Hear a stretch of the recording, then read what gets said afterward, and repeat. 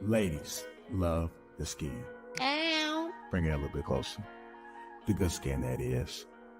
That's why having a proper skincare routine is very important, and you need to feel it to each. The process is so easy, just 4 steps. You got your daily face wash. That's gonna clean your face up nice and right.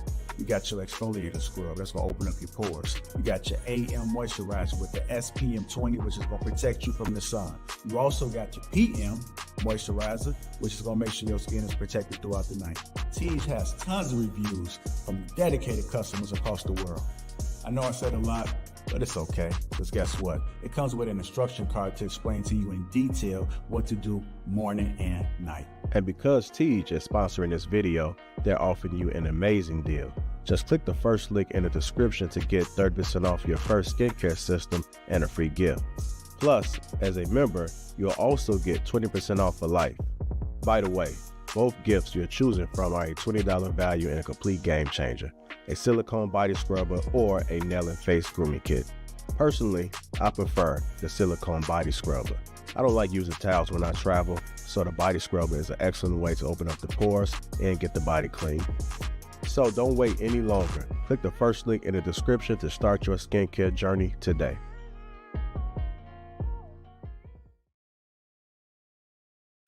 Ow. You'd be like, ladies love skincare. Ow. Happy Friday. Ow. You running with that. That's really you, huh? You Cardi B now, huh? Ow. Do I sound like it? Is it right? Not all the way, but it do sound like you though. Yeah. I'm gonna get it right. Work on it a little bit. Happy Friday, everybody. Let's welcome our panelists. We have Marky Mark. Enos is back. She prayed on it and said, come back and preach to the people. We have Mistaken, who is driving. We don't even know where she's coming from. Probably somewhere local because she really don't go nowhere. We got Ham Sandwich, aka the AP, and we also have HDTV in the house. My name is Shan Monet, and this is a Chic critique.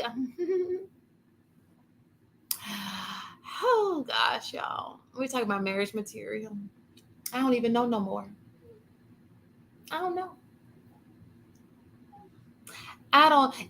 Dating has taken just a crazy turn.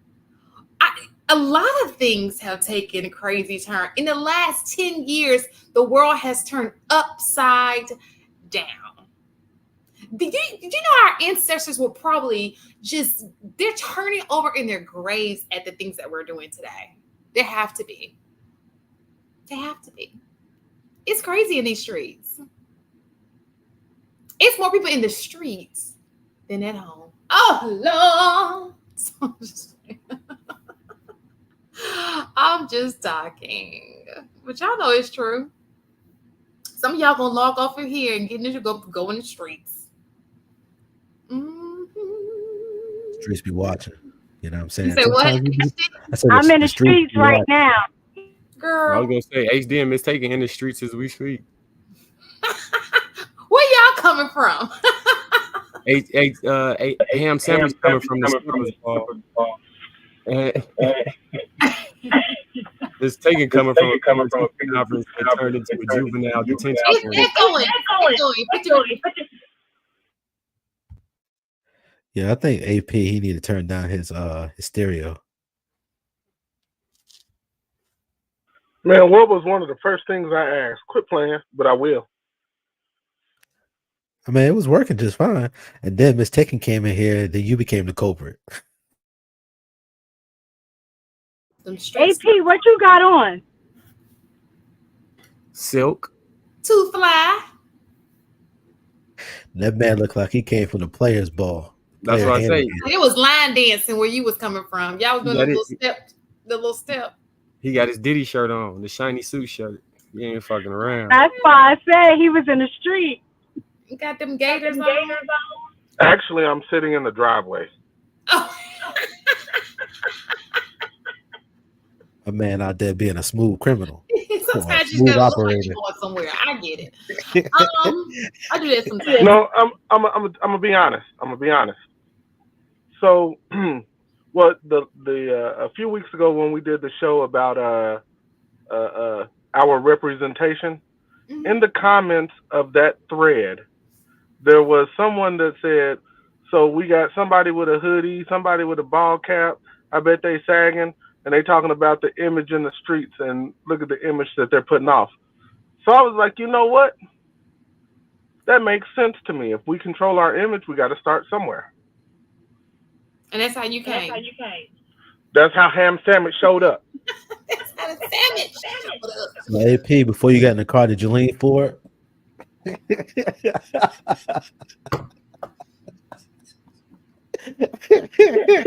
I'm not following, sir.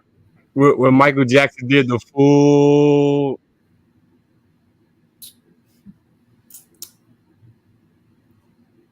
No, Yeah, they're playing. It was the look is inspired by. I got some new Hispanic neighbors, and they're out right now playing some loud salsa music. So I got on the silk / it's silk and some other material shirt. You know, got the shiny on. So if I want to go down there and grab a Corona, any type of cerveza they got going on down there. A billy billy bamba, a billy billy billy bamba. All right, so let's get this party started. So, what is marriage material?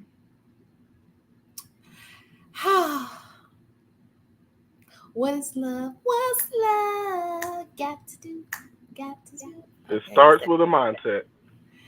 It starts with a mindset. So, what is it that people are looking for marriage? We know what they're looking for bedtime, because they talk about it all the time. But what is it that they're really looking for as it relates to marriage? So, first video. Well, let's do the video first, okay? Here we go, tigers. Here we go. If I can find the video. I love talking to married men and men that are in relationships. I was at a birthday party and I was talking to one of my friend's friends, and he was like, yeah, I'm in a relationship right now. And my favorite thing to ask guys is, what was it about her that made you know that she was the one? And the common denominator each time I asked that question was what their partner did outside of the relationship. One dude was like, yeah, she's in Madrid teaching English right now. She's so good at it. Before that, she was helping immigrant nurses migrate to the US. She makes me happy and I respect her, and I'm proposing to her in September. Another guy was like, yeah, I started dating her and she's just so pretty. Oh my gosh. As he's showing me pictures of her on her Instagram. Yeah, she manages a coffee shop and is clay and pottery. Yeah, we'll see how it goes. It's still new, but I like to see where it's going. They always led with what she did and who she was second. And after that, I'm always like, okay, now I gotta meet her. And why is she not here with you? Each time they're like, nah, she's off doing her own thing, couldn't make it. She didn't cancel what she was already doing or already had planned to go be with her man. She had prior engagements, and I love that. I sincerely love that. What do y'all think? I would have to agree with this. I would have to agree with this. So what are your thoughts on that? Do men like women that they can brag about?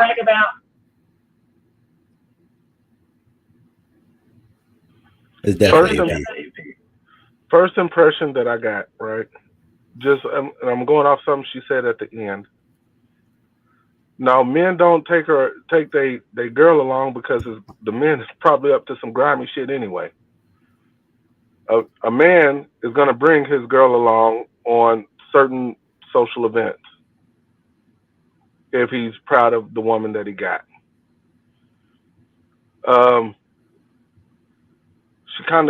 She lost me in a few areas when she was talking about the looks piece. Yeah, we want something that we can look at. Like let's keep it a stat.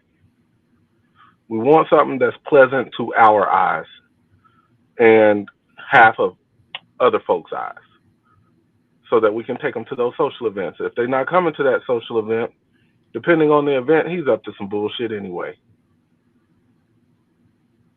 Those are my thoughts on the video.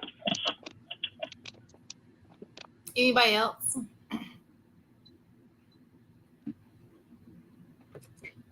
I think Actually, missed the all video. men. Hey, Poppy. That's what she calls her husband. Sorry, let me Hey, just mute Poppy. it. Go ahead. So I think all men like to brag about their woman. I think depending on the man, what they want to brag about is different. Like those men in particular, I'm sure enjoy a career woman, so they like to brag about her career. There are other men where the looks come first, and so they want to brag about their woman being attractive.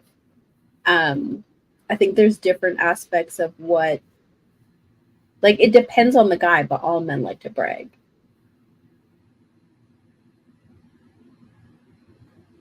You got a serious lag, you know.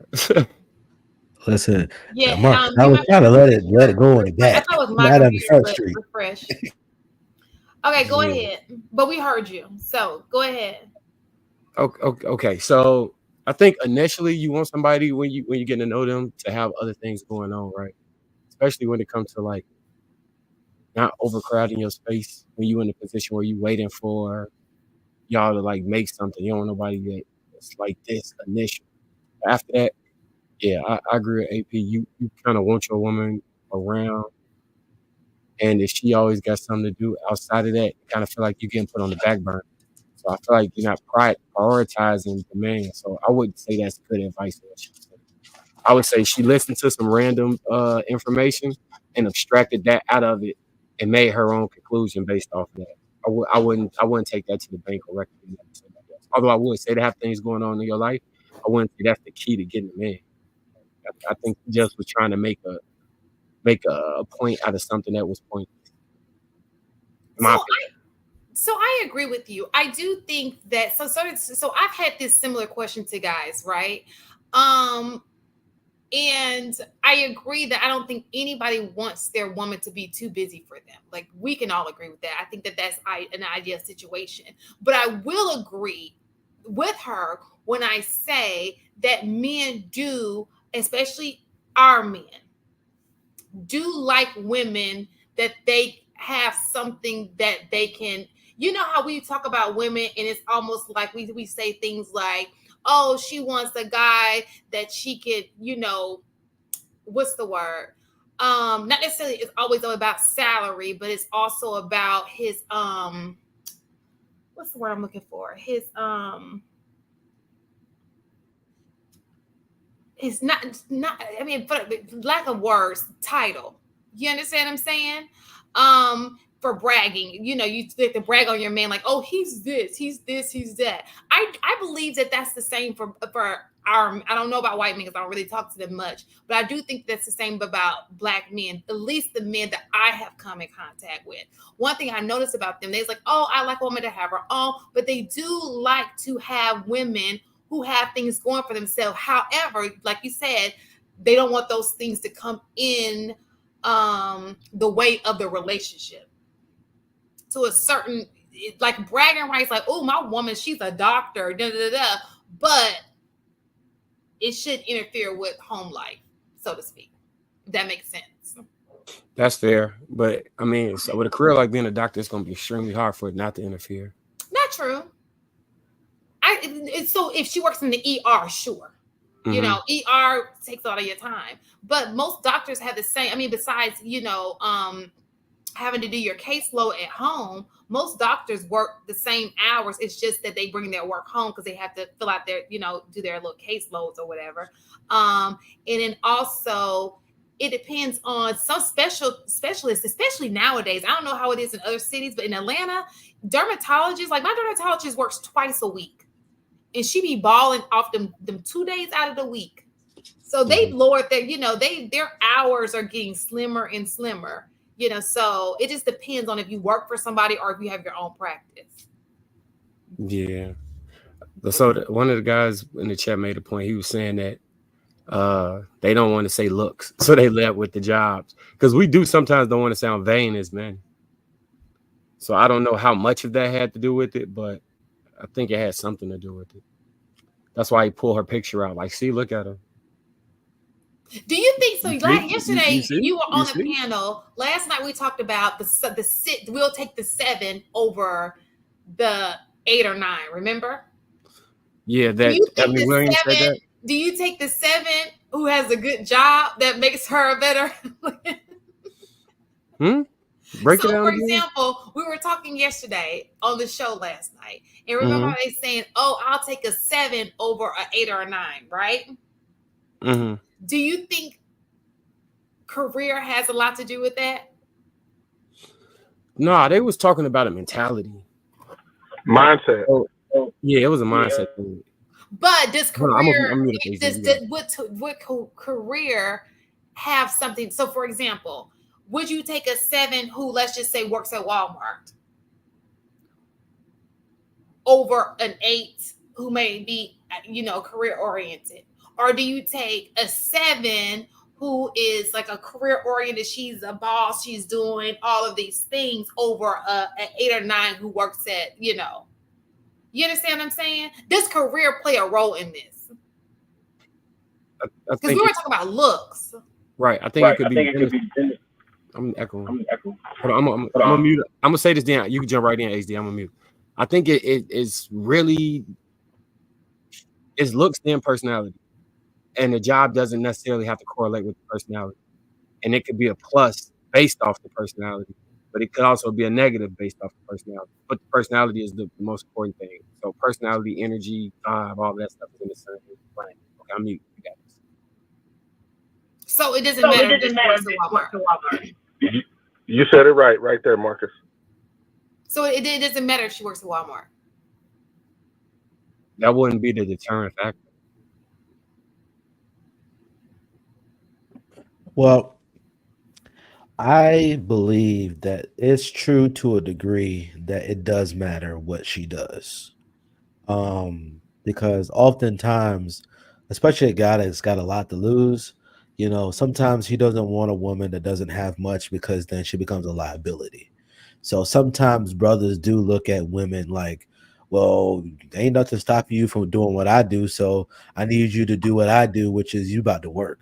Like I've heard a number of guys, it's like, yo, I'm working, you need to work because we are a team, we make money and this, that, and the third. Me personally, even though I think that is a true statement that this person is making, I still think overwhelmingly for guys, we're trying to lower our liability. We're trying to lower and mitigate issues in the long term.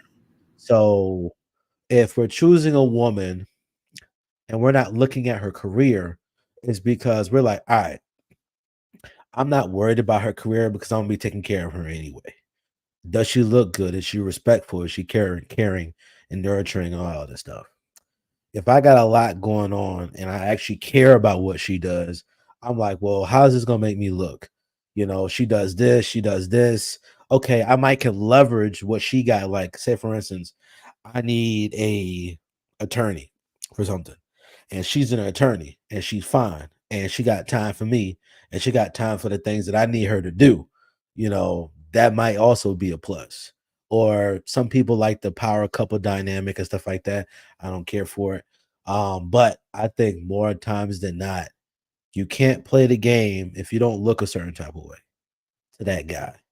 Now, once you start looking at what she does, you're like, okay, well, she kind of got her stuff together. Okay, that's cool. That's nice. That's nice. And then you start figuring out like how you guys interact, what's the positives and negatives of dealing with her. Then you make a decision. But I don't think unless you're like African, that they're really trying to make people marry or like in some Jewish or Italian families, they make it like, yo, she got to be doing something or you got to be doing something in order for us to approve of this person because they also are trying to be like, well, this can take care of the community more so than just take care of you. But I don't think most people in the West is really that concerned about taking care of the community. They're just trying to take care of home. So Okay, that was a good input. Anybody else wanted to add to that? You know, wait a minute. I think smart trying. Oh, never mind.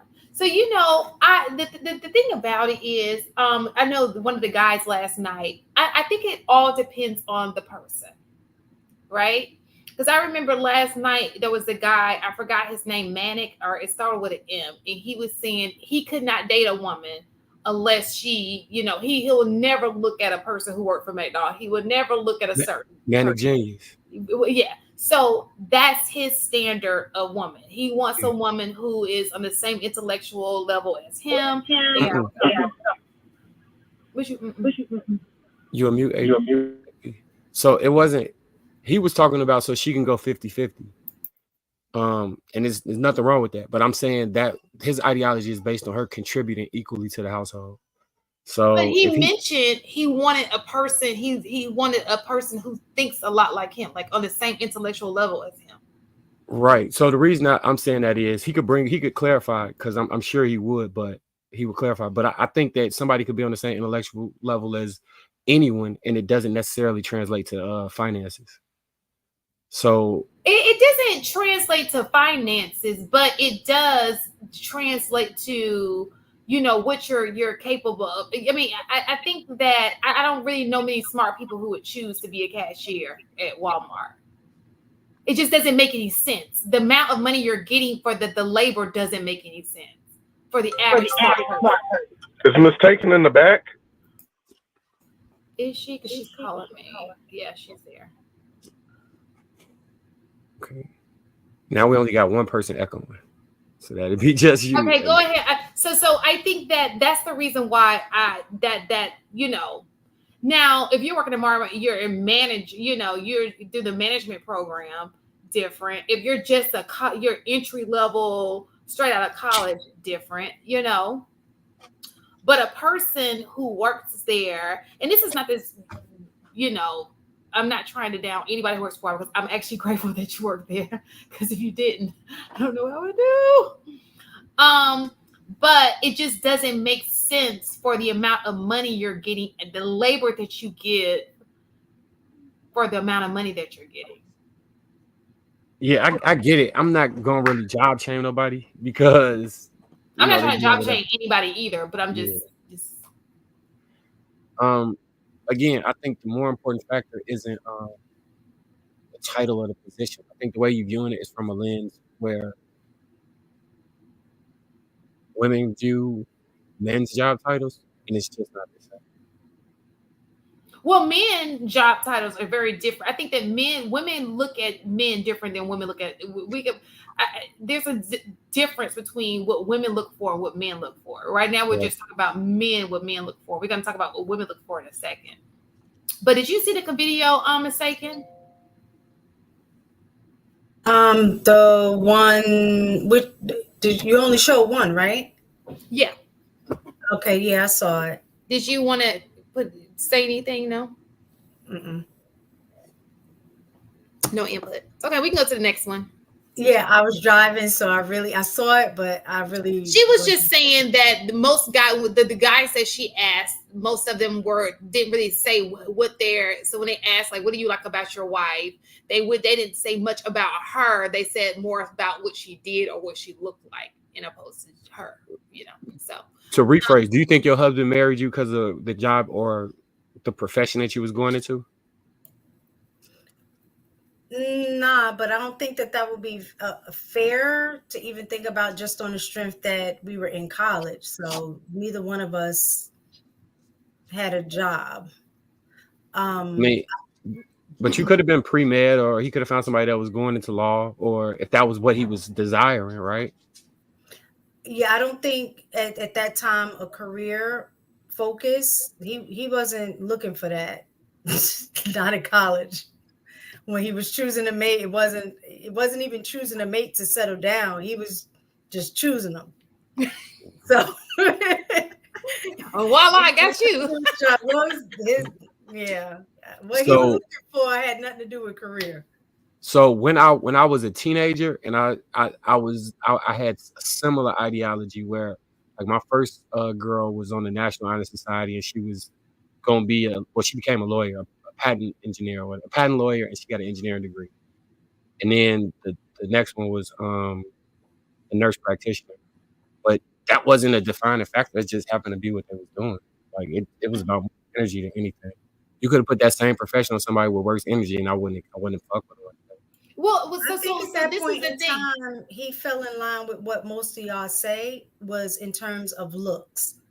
That's all. At that point in time, he was just looking for attractive women or women with the type of body that he liked. I don't think it went any further than that at that point in time. But let me say, so we have to remember this is not one size fits all. There are men who want women who are, it's like power couple, like HD mentioned earlier. Like, we want to be a power couple. We want to get this money together. Somebody who can run a business. If I'm not there, mistaken and not know somebody, he wants a woman who's going to be able to step in. He wants to own a business. He wants her to run the business. So obviously you have to have some type of Why he not married? Well, he was married. He has been married. Did she run his business? That's exactly why he said he knows what he wants. Yeah. How long you been single for? Maybe 3 or 4 years, I 5 think, 4 years. now. Is he older than 35? Yeah. Mm-hmm. Does he have a woman he potentially wants to marry right now? He has a woman. I don't know if you want to marry. I don't know if you want to marry her. Okay, is she capable of running his businesses? Appear to be. But you don't think you want to marry her? Interesting. All right. Listen, I got a homeboy. So I got a homeboy. He just recently got married, and he makes it clear. He said, "Yo, you got degrees, you got skills. We are a team. You better be making this money." And I was like, okay. And then I was questioning him about a couple of things. I was just like, okay. And then because I told him what I would want and what I would deal with and what I would want in the long term. And then I said, eventually, because a lot of women don't care about moving up like that. She fine where she at. She gonna stay there, make her coins, then she go home and chill. And I said, eventually she gonna stop working. He's like, yeah, and eventually you're gonna be paying for everything. He said, yeah. And I was just like, and then the more you ask guys, it's like when they want women to work, it's because listen, we gonna get this nest egg, we gonna get these funds, and it's for a short season. Eventually, he gonna be paying for everything. And sometimes even when he got money, because like even right now, they got it set up that he's taking care of all of her financial issues. And then they live on one salary. And I'm just like, if that's not, anytime I hear a woman complain about a brother that's willing to take care of your debt, like it's like when I hear women talk bad about certain men, I just be like, bro, you don't even understand the men that is out here that is perfectly fine giving you the world, but you don't care nothing about them. This man is willing to take his money to pay your problems to make sure that you straight and set you up. And there's no even guarantee that this relationship gonna work, but he gonna do that for you. And I just be like, oh, some women just so ungrateful. But what I find honestly in real world, not YouTube, is that most men pick women that they're pretty much on the same level.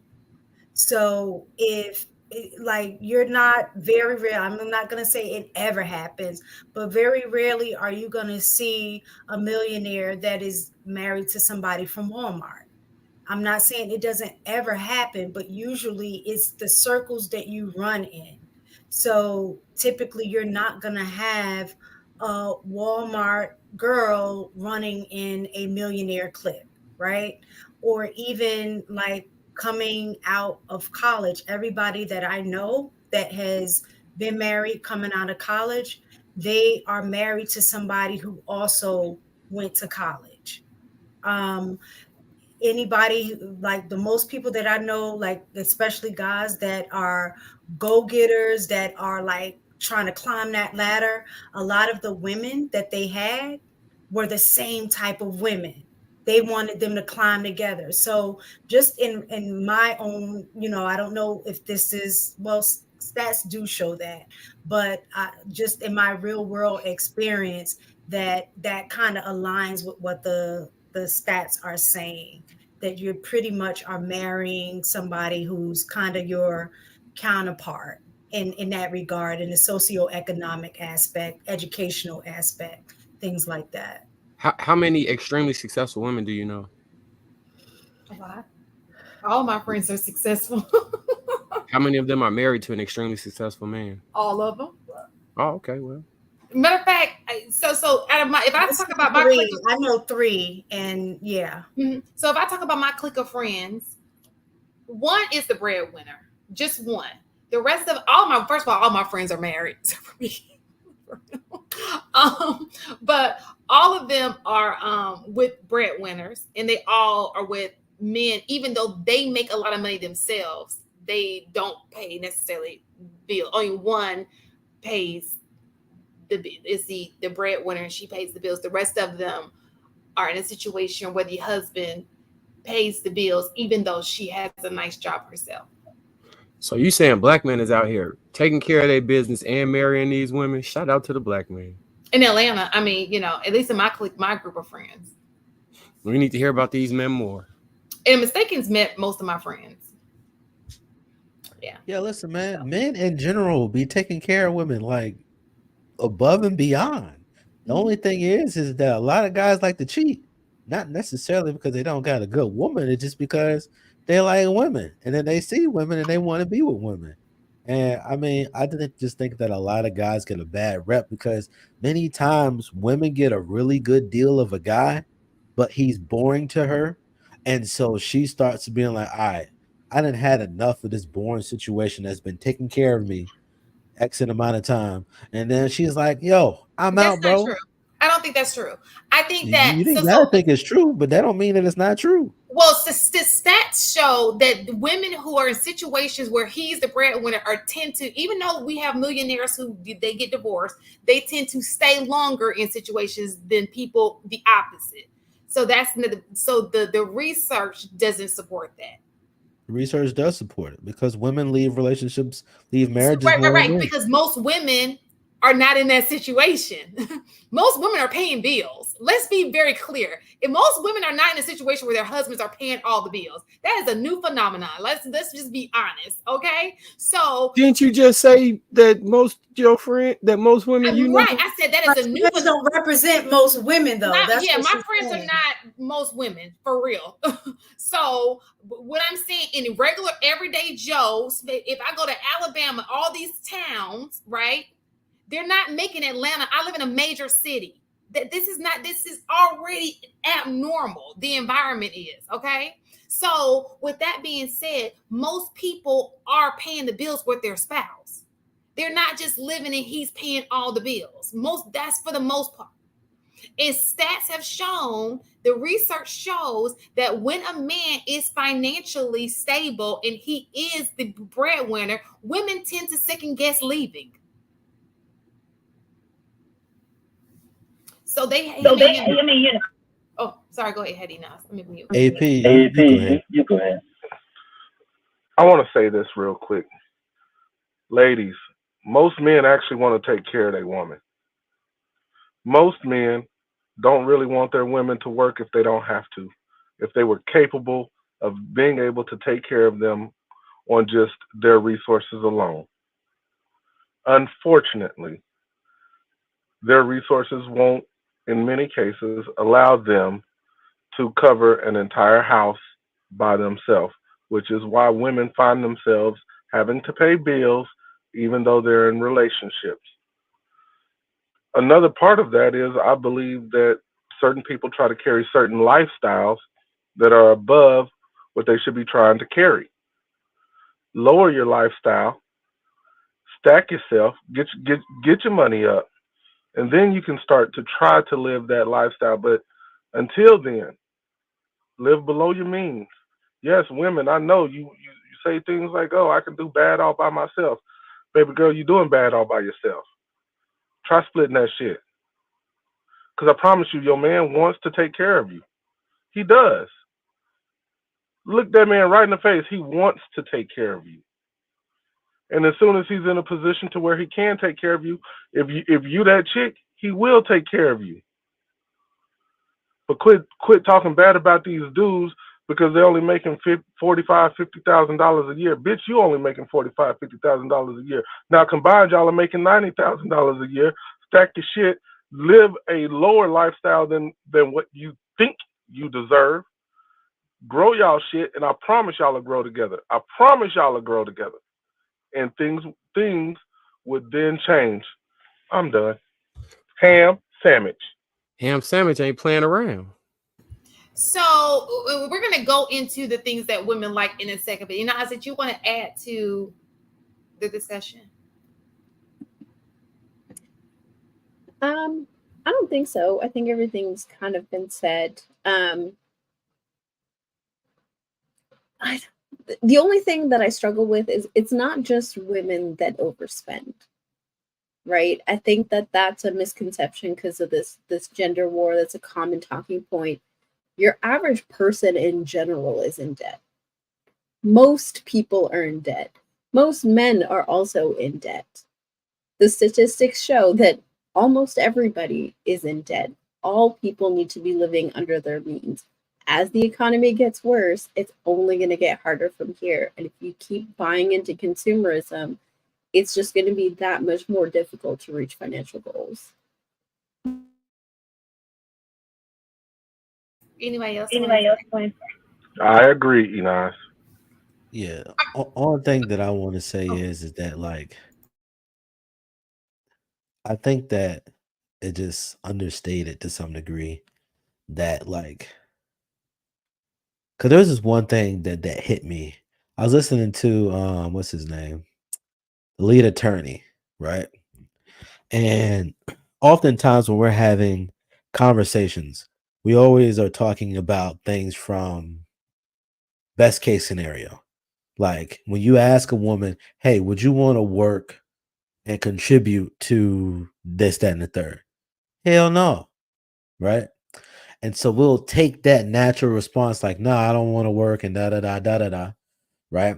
We take these perfect scenarios and we just make that, the thing to knock women. I'm starting to pull a little bit back on that, but I do think that it is important to realize that even though women are outpacing men in degrees earned, right? They're starting to outpace a large number of men in income earned, right? I think even though these are facts, women still aren't changing. They don't accommodate for the changing world when they continue to change.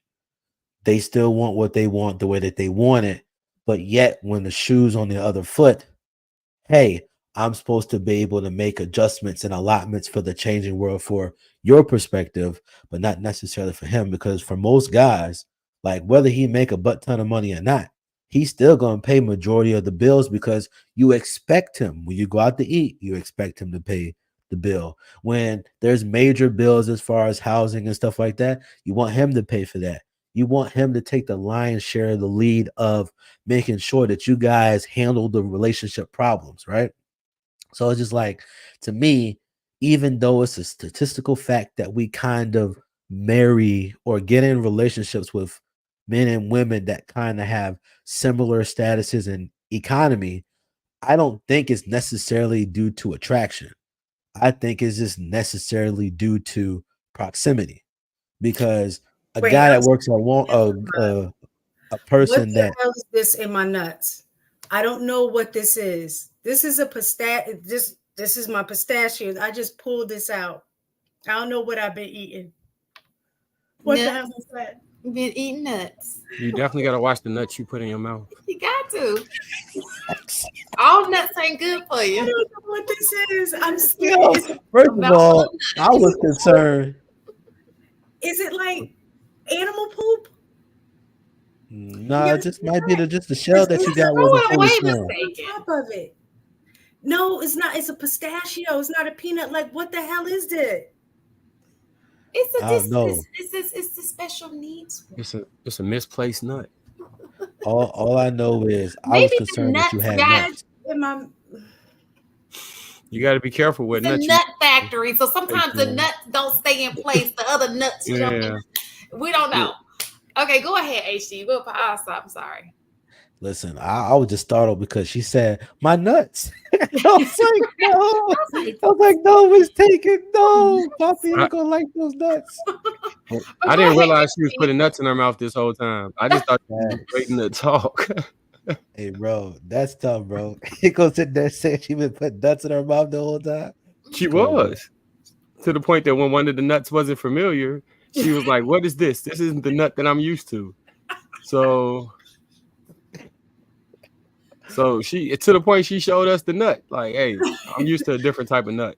So Okay, y'all. Yeah, but back to the point at hand. I think that a guy that makes a lot of money, he's usually out making that money. So the likelihood of him wanting to go down to Walmart, right, and make purchases and be like, hey, oh, this woman, I like this woman. He not worried about that. He might be sending somebody else to get his woman, or on one of his events or one of his little excursions, he might see a woman and then he might talk to her and then that thing changes. But I don't think it's just because, oh, look at what she does and like, oh, she's confident. Because a woman that has accomplished stuff, there's a level of confidence that comes with that woman. Like, she'd be like, she walk a little different, you know what I'm saying? So I can agree. Brothers be like, oh, look at that walk. Like, listen, there's some walks I've seen in my life that made me be like, hey, wait a minute, what's going on over here? But you can have that walk without accomplishing a whole lot. I know, but sometimes those women that accomplish a lot, they got that walk. Now, granted, if you super fine, you got that confidence by default because you have been reaffirmed by the interactions you've had up until that point. I'm pretty sure there's a number of women in this space that have had enough reaffirming from other people that when you walk down the street, you're gonna like, not trying to toot my own horn, but I'm not a bad, situation. But I think that, when it comes to these conversations, be like, well, you see them marry this person. A lot of brothers married this woman when they were younger, and then they built the empire later. And then when the guy's older and he meets a woman, he just trying to find a woman that he like that's not a headache. So if she got money and she not a headache, and then he don't have to do much to make sure that she's satisfied, maybe spend time, maybe go out to eat. And she's like, oh, I like this. Oh, I like this, baby, blah, blah, blah, blah, blah, blah. He gonna be like, all right, you can have the world for the most part. And I think that if women just like I say this often, if women just understand that you have so much power in how you talk to a man, like you could have a degree, but if you don't know how to talk to this man, listen, your degree is good as trash.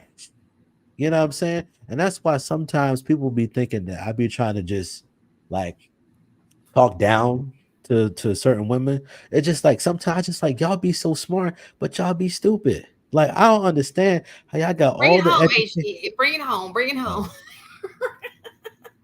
Well, you could just end it. I just was about to go on a rant because I see a lot of small Because women you that done do jumped stupid by stuff. 5 subjects.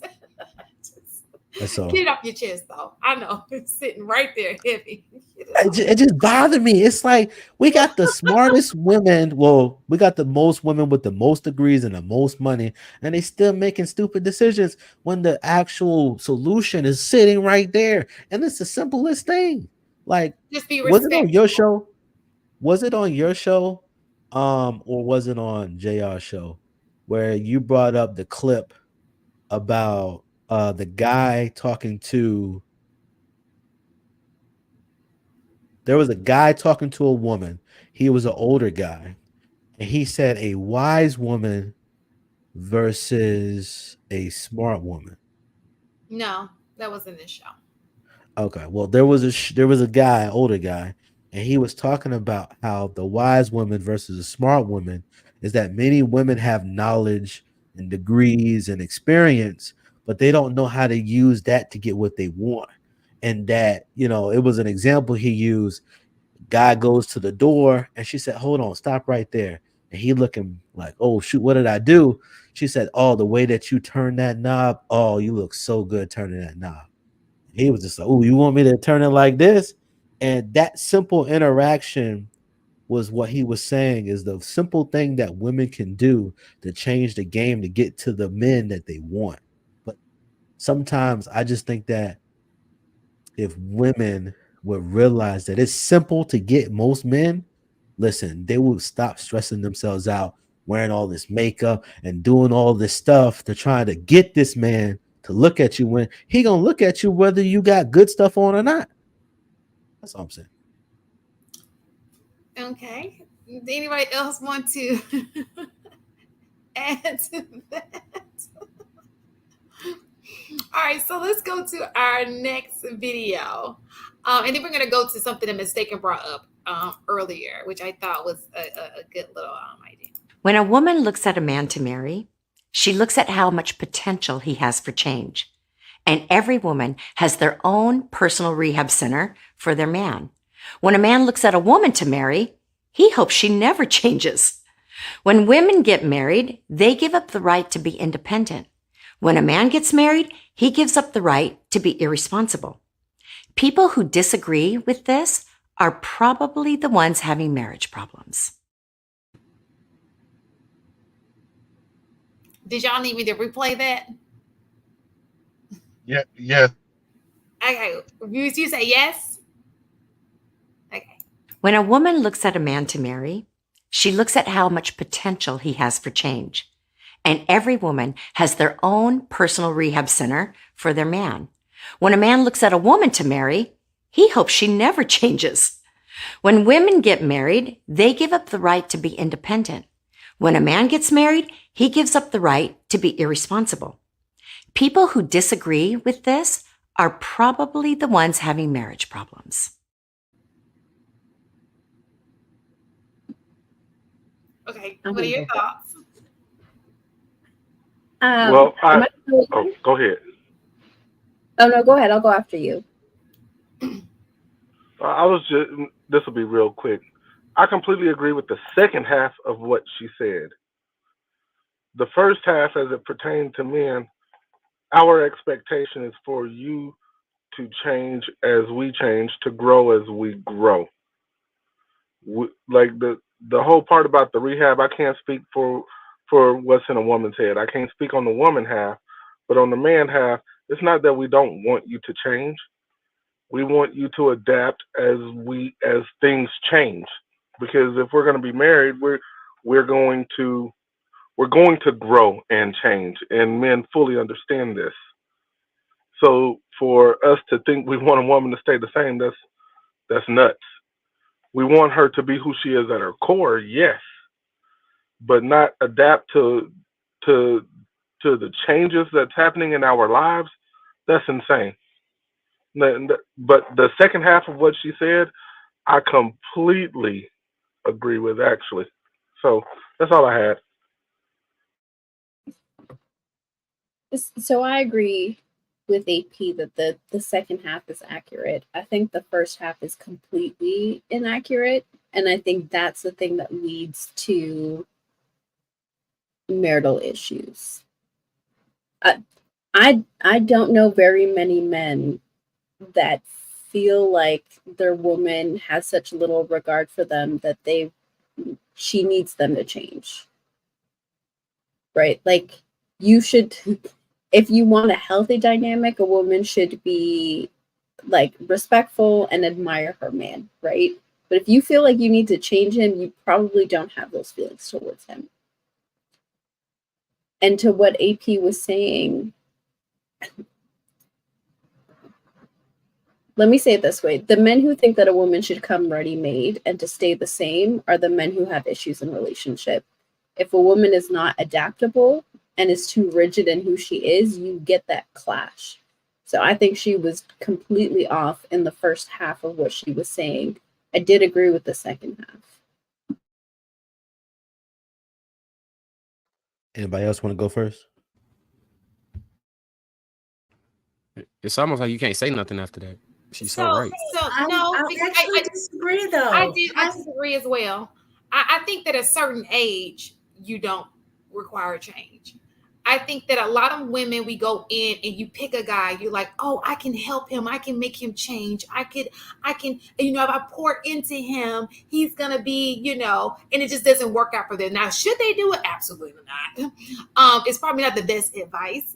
But I think that women do, especially early in age, get with guys that they think that they can change. And that's why they end up being people like, oh, why you dealing with Pookie and Ray? Because she thought she could change Pookie and Ray Ray. And she could not. And so go ahead, Mistaken, if you wanted to add on. Well, that was kind of along the lines that I was saying. I think it all depends on the age and stage you are in life.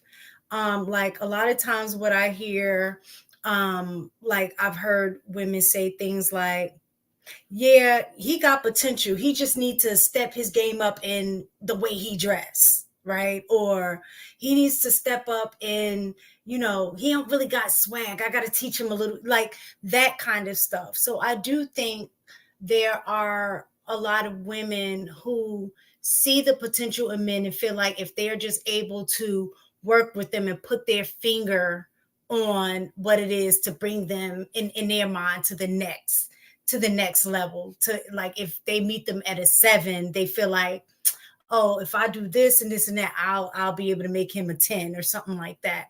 So I do think women see at times men as certain, like as projects. And I don't think that we should. I think we need to look at who it is that we're attracted to and say, if they never change, would I be okay with this person? Right. But I don't think that we go into it like that. We see the things that we like, we zoom in on the things that we don't like, and then say, I can fix that. And I think that's the problem.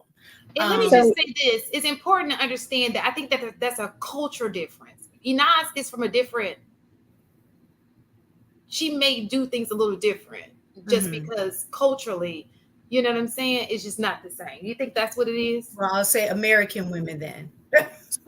So I don't think it's that either, because like there are other women around me that like we have these conversations. These aren't just like online conversations, right? And I never said that women don't do that. I think that women do it too often, right? Here's because she was talking about what creates a successful marriage and what creates a marriage with turmoil. That was the basis of her statement. And what I was saying was her first premise actually creates more turmoil. So to use your example, Mistaken, if a woman finds a man, she admires him, she cares about him, she wants to change the way he dresses so that, he could just do better or just be a better representative of her. That's good and great. But if that man is totally content in the way that he dresses, now you have friction in the relationship where either he's compromising the way he represents himself and the fact that he takes pride in that to make you happy, or you guys are bucking up against each other because you want him to change and he doesn't want you to. That creates turmoil. Whereas when you choose a man who you're like, this is just how he is, and I don't attach any sort of feelings to it, I don't feel the need to change him. If he wanted to change, cool, I can give him some tips, but I accept him as he is. That's the relationship that doesn't have turmoil. That was the point I was making. It wasn't whether women do it or not. Mm-hmm. Okay, so I think what I interpreted as was the first part being one thing that would create turmoil. Then the second part is the thing that you should look at and accept, and that's what will make a marriage work. So I looked at it at two separate entities in what she was saying. Women want to change a man, man wants woman to stay the same. And she was saying, I guess kind of that's the mindset. And then man, gives up his, a woman gives up her independence, man gives up his, not being, being irresponsible anymore. I don't know. I also too agree, like that men,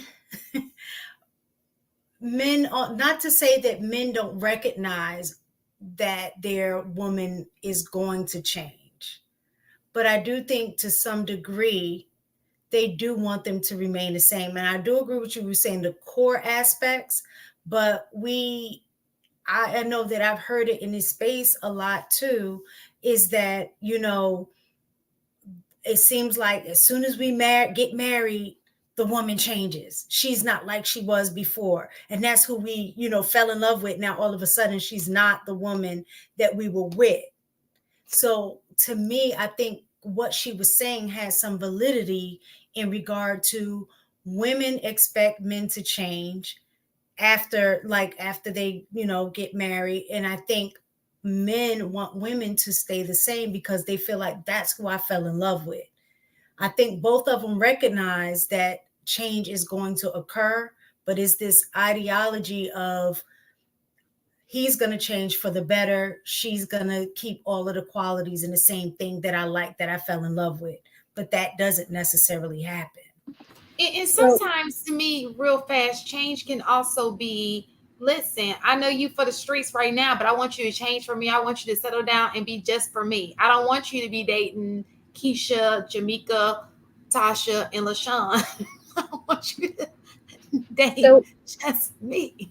But okay, so here's even with that, right? Maybe I can't remember how long ago it was, but it was a really long time ago. We had a show where we discussed how when a man is going through growth and changing, whether it's through tax bracket or just life experiences or whatever, if that woman is not able to keep up with him, he winds up leaving her. There is an expectation of change and adaptation. She has to be fluid enough to grow with him. Otherwise, she gets left behind. We had that conversation. I think most of us were on board with that. There is still that expectation. But even when we talk about we want men to be monogamous or settle down, and then we talk about how, well, he didn't really want to do it anyways and wound up cheating. So like, it's still, I know people do it. I understand that people do it. What are the results they're getting and how often is it successful? And I think that's what we need to look at, because people are doing it and people are not getting married or not staying married. AP, I missed you, Nas. I missed you, girl. Go ahead. Well, the way I took the video is to have a more general understanding of men and women. Like, because even though you may have a healthy relationship, there are certain fundamental things that come with a good wide range of people, and your man or woman might be included. I do think that women have a certain perspective about life, so naturally they would want their man to kind of like take on some of those perspectives. Like, women are a lot more caring at times. They're a lot more helpful in certain ways. So they want you to be a little bit more compassionate and more socially attuned and do all these other things. So if he's I'm gonna say example, if he's like an old school construction guy, this guy don't care nothing about social norms. All he care about is getting his stuff done and going home to chill. And he has a vernacular and a speech that is probably not the most quote unquote eloquent, commandeering. You know, it's not something that is easy to digest for the average American, right? So when you meet certain women, they're like, no, you got to be nicer, or you got to dress like this, you got to blah blah blah blah blah blah. And it's because naturally women, a lot of them are very strong in understanding the benefit of being socially aware, to look a certain way, sound a certain type of way. So they, in essence, want men to change to a much more feasible version of him, so that he is a lot less of in some ways, a lot less of a threat. Because oftentimes a man who just left to his devices, he gonna be in his house, eating his food, and then that's it. But now you got brothers that, they want to be ambitious, they want to go and travel, they want to go spend money and do all these things, and they're getting therapy now and stuff like that. So now you have men that are a lot more flexible now. So, women are kind of winning on that regard, but like a lot of us brothers, we don't want to have to make all of these super adjustments we just don't. A lot of us don't. We do it because it makes sense and it fixes a lot of problems. If I know you keep fussing about this one thing, the brother is going to make the adjustment. But overall, all she was saying is just like, yo, like, understand some fundamental things that may be going on with the person that you're dealing with. Yeah, I think you guys hit it on the head. I agree with most of what you said too, HD. The thing is that she was harping on how to make a relationship work, and that lady was talking to, it's the same statement, because she was saying people who operate this way will have this type of discontent within a relationship.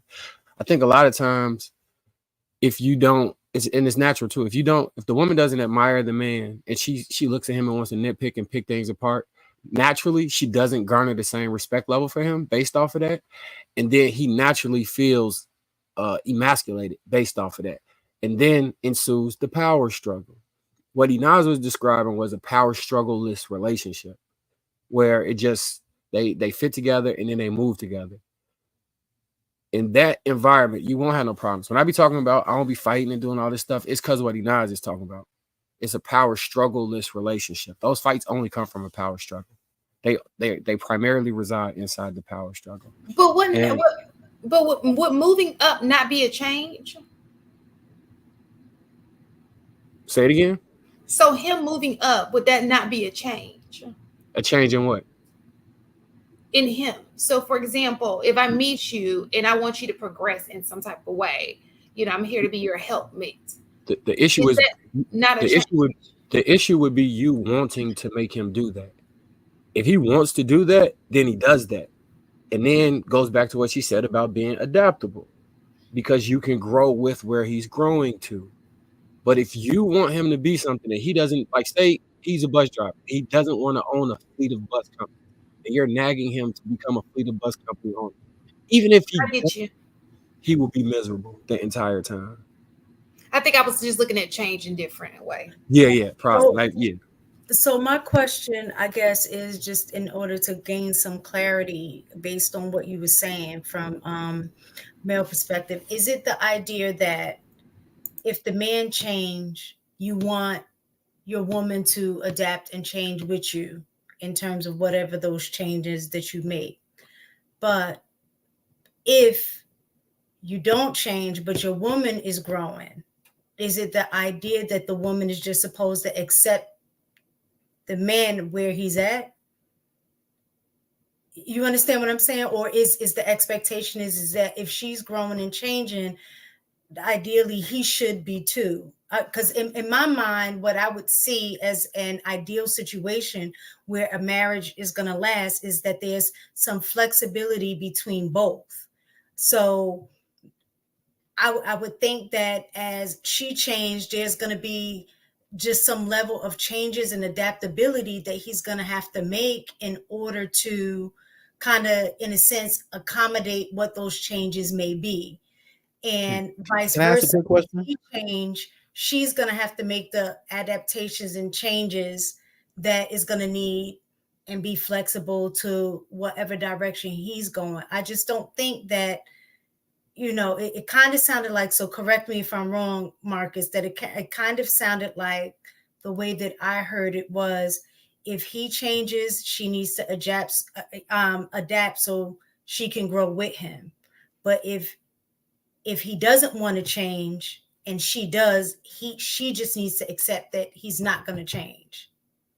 Because, all right, so in point and to simplify it, yeah. But the reason is the power struggle and the dynamic within a relationship. If say they both were workers at Walmart and she becomes a doctor, right? If she becomes a doctor and she then begins to look down upon him and try and want him to change from that point, if he doesn't, that relationship is doomed forever.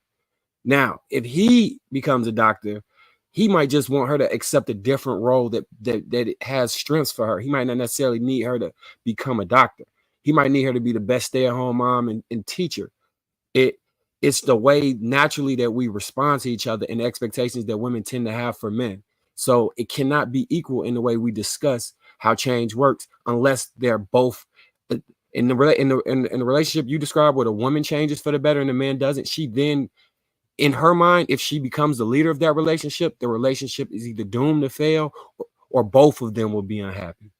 But if the man does it, then it's gonna proceed, and more than likely both of them will be happy because we are not the same. Can I ask a quick question before you jump in and ask?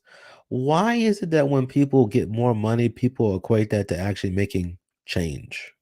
Like, for some reason, the second that somebody gets a degree or gets money, is you equate that to, okay, now things are going to change.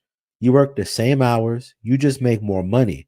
Now, granted, you get more money, right? You can do different things. Most of the time, when people get more money, they actually make more mistakes. That's the reason why they say more money, more problems, because they're like, this is new money, and then you want to go and travel, you want to go do the things you never could do. So, in essence, like, I don't understand why the first thing, well, I'm not going to go into a soliloquy. Why do you think that when people be like, oh, I got more money now, that means that I quote unquote changed? So typically, not always, there are other exceptions and variations, but typically with more money comes a different social circle. And so now there are different rules of engagement. There are different activities. There are different codes of conduct.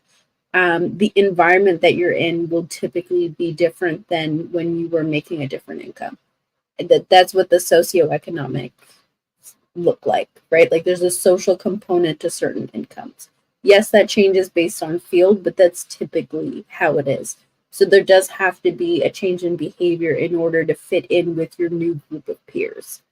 That I just want to answer that quickly, but mistaken. I think instead of in that scenario of like the man is not changing and the woman is changing, there's a way to handle that where there isn't a power struggle. Being curious about the person. What is it? Are you just comfortable and this is what happiness looks like for you, and attaining more or changing and shifting has discomfort? Is there a hurdle that he hasn't communicated to you? Is there something that's going on where, maybe he's working on it in the background and isn't ready to talk to you about it? Like sometimes just being curious about the person creates a set of circumstances where it creates intimacy and you're able to understand each other even deeper than you initially thought, versus I'm doing all this stuff, you're not doing anything, and now we're struggling in the relationship. And I think to bring that back to what HD was saying earlier about the wise woman, I think that was on last night's show. There's a way to have those conversations, even if you're looking to inspire change, because you're a helpmate. You're not the steerer of the ship, right? How can I help you? And sometimes you have to ask that question in a way where you guys come up with a solution together, or he comes up with a solution, and now you figure out what your role is in making that happen. It doesn't mean that woman is doomed to be stuck with a man who's stagnant as she continues to grow. There are other solutions, but you have to handle that man with the respect and care and admiration that he deserves as the leader of the relationship. I actually agree. There's no argument or debate there. I guess my concern was, the messaging, that I got from what Marcus was saying, that is okay for the man to grow and a woman adapt to it. But if a woman grows, then she shouldn't have the expectation for the man to grow as well.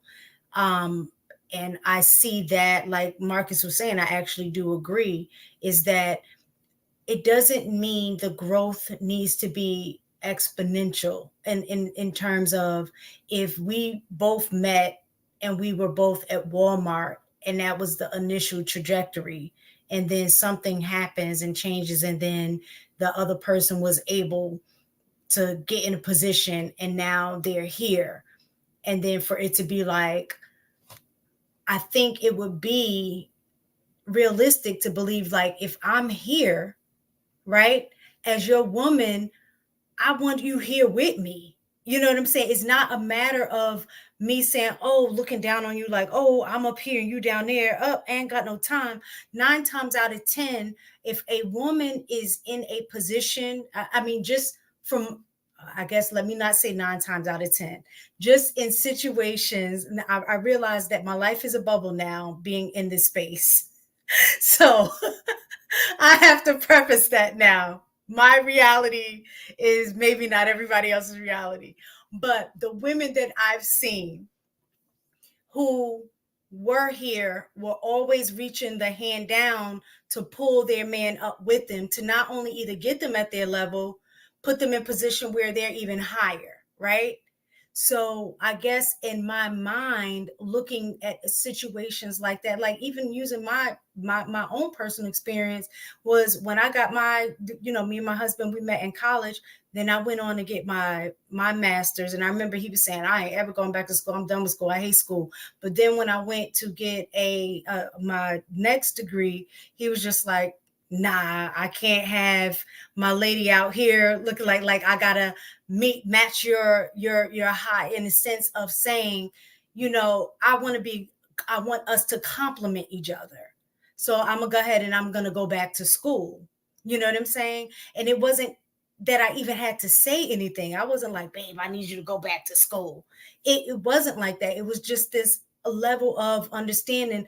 We want to always complement each other in terms of how we move, things that we're doing, things like that. So I guess in my mind, I was looking at it from that perspective. Like, as he adapts and he changes, I'm seeing him read, and I'm like, babe, what you reading?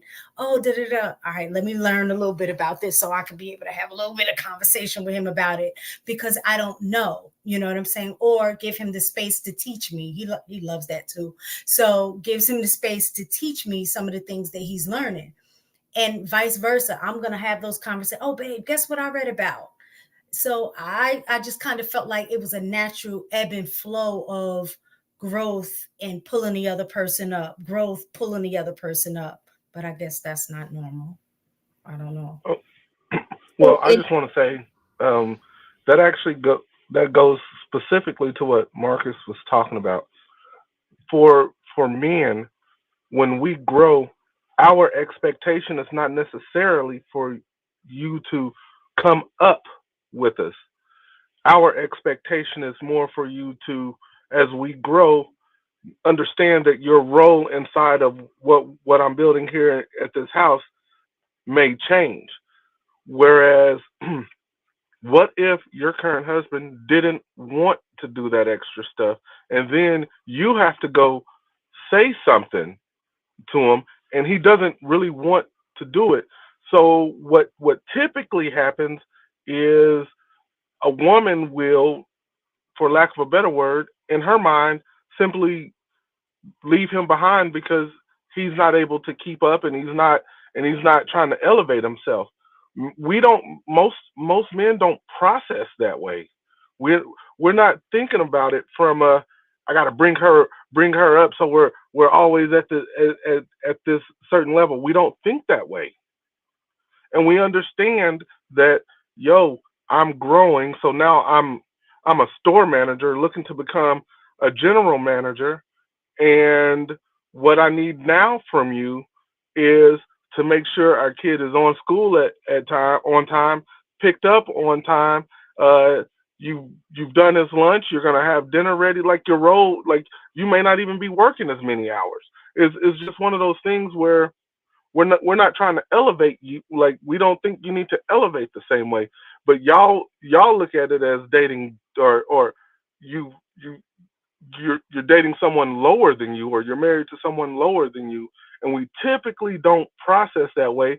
And if we are processing that way, if you're not already, let's say, yoked with that type of mindset, we're likely not even going to marry you if that is the way we see things. We're not. Women will look at that potential and say, "Oh, you can do this, babe. I need you to come up here with me," and we just don't. We really don't think like that on the whole. So mistaken. You said something really important towards the end, that you didn't have to ask him to do it. And I think that's the fundamental part about what we're talking about, is that he already has that growth mindset. That's behavior he already engages in. It's part of his personality. And if I'm honest, from knowing you, I think that's part of what drew you to him, right? What we're talking about with the power struggle is when a man does not have that mindset, and women imposing that on him when he didn't sign up to be that person. Yeah, I think a perfect example is we watched the video on Thursday where the dude was kind of labeled as weird and they were talking to him. I don't know if y'all remember the video. He asked his girl not to follow the other guys anymore. Like he told his girl she had to unfollow some of the people that were her business mentors. So like I went and looked into the video. Me and Oz and Nani, we all looked into this video, right? And inside the video, you see his name is Sleep is for the Weak or something like that. Everything he talks about is leveling up nonstop. That guy that was sitting on the couch did not want to level up. So I believe, I don't have personal information, but in my belief, he that influence from those guys who were saying something that is a positive message interacted within his relationship so negatively that he was like, you know what, you need to don't follow them no more, because I'm not trying to deal with that. I want sleep in my life. He doesn't believe in sleep. I want a standard of life that does not revolve around materialism. He only believes in materialism. And while he's influencing you and you're holding me to the standard of this, man, this relationship is doomed. And they eventually broke up from what I heard. But that's what we're saying. Now, if you reverse those roles, I don't see too many men telling a woman, you can't sleep. You need to be da-da-da-da-da. He'll become abusive at that point if he was driving on her to do exactly what he doing in the way he doing it. All the other men are telling him, like, she not a man, bro. Why are you trying to drive her like that? Like you it's fine if you want to stay up 20 hours a day, sleep 4, and just keep grinding. But you put that expectation on a woman is just crazy. You can't. That's just not fair. And people would say you were in an abusive relationship the way they talk now, if he was forcing you to do that. So it's hard for me to understand the notion that just because your finances, your degrees change, that means that the dynamic has to change per se. Because say for instance, so your woman has a doctorate, right? And say for instance, the man, he doesn't have a degree. He don't care nothing about a degree. He don't even see that as a realm that he want to go into, right? He make his coins, he finds his thing outside this, that, and the third. Why is it that we keep coming back to the same point of making things competitive that we shouldn't be competing in? Because oftentimes when people make money, especially the men make money, listen, a lot of brothers will take their money and handle everything if they could, right? We already established that. When they got women that make money, they basically, some brothers be like, just do what you want with the money. Maybe put some money off to the side and do whatever. Like, we're not even holding women to the same standard as men. But when we get into these conversations and stuff like that, it's like, well, I got education. Why you can't get education? Like, the way that brothers pull their women up, from my perspective and what I think, we pull you up from a character standpoint. Now, if we got a way to make you make money, and we got an easy way, oh girl, that's an easy way for you to get some bread. Just do this and you can get that bread. We will put you on game. We ain't got no problem with that. I think that this is where we fundamentally keep having the problem, is because, and I'm just guessing, I'm just a guy. I think where we keep fundamentally having a problem, because the way that a man looks at a woman, we're not looking at what she produces for the world and everybody else and stuff like that. We're not looking at that the way that we're looking at ourselves. So as long as you have a character and integrity, and you're a person that I'm like, yo, I like being around you to some degree. We don't care if you became a millionaire. We don't care. This stuff don't become a competition. But for some reason, when money keeps getting involved and stuff like that, and certain men's competitive nature, I do agree. there is some credence to the quote unquote what's it called? Insecurity conversation. It might not necessarily be insecurity, but if a man is naturally competitive, he gonna see you getting more status and more money as a shot at him, right? There's some level of insecurity there. It's not super deep or anything like that, but he's gonna be like, hey, what you not about to do is look better than me, right? And you got that brother that's going to make that transition. But too many times we look at degrees and money as if I'm better than the person that I picked to be in a relationship with. And when you look at too many brothers, we not looking at y'all as something that we got to continuously send you to the stratosphere of status. We just want y'all to be what we want y'all to be, and that's it. But And see, so, go ahead, Shan. I'm sorry. Go ahead. so I think that you're trying to compare women to men, and we're not the same. So you're right, because men focus more on looks, and women may not. There are things that women do that men don't do, and until we understand that we're just different, we are not you, and you are not us. So we're not gonna think the same. But what I was gonna say is that I think sometimes too, because men are competitive by nature, that I think sometimes they misconstrue what women are doing as competition. It's And it's not. not. A lot of times women don't even know we're competing. We have no idea. So, like you said, HD is like, even actually somebody made in the comments when I was saying, when I had went back to school and then I went and got another, it was when I was going to school, it had nothing to do with my husband, period. That was just a personal goal that I had of my own that I set. He supported me in that goal. And he decided, you know what, let me step my game up too. You know what I'm saying? So whether I can't say I influenced him or whatever, I don't know what it is, but he, like, I say he does have a growth mindset. And that was a place in which he felt, you know what, let me do better in this area. Let me step up or whatever. I don't know what his rationale was for, but he did it. Now, somebody in the chat was like, and then I said, if he does something, he's reading, say, oh babe, what you reading? Then I go and I might try to learn a little bit about it, so that way I can have a conversation about it, and vice versa. So I pull him up, he pull me up somewhere. That's not competing. I think men interpret certain things a certain way. That's a competition. To me, I love that about our relationship, because we challenge each other to do better. So if you want to call that a competition, I guess that would be healthy competition. Not Yeah, everything needs to be. challenging each I other was to do not better, done I in my think is the definition of conversation. I just competition. got real. Say that Can again, can I Marcus. finish my conversation? Oh, sorry. Yeah, because you just talked right on us. So, what I was trying to say is everybody's different, right? People have what they value. We just talked about the video prior. There are some guys who like to talk about, they like to brag on their women, right? You find what works, what's the added value, and this goes into our next topic actually. What is the added value to what it is that you value in your partner, period?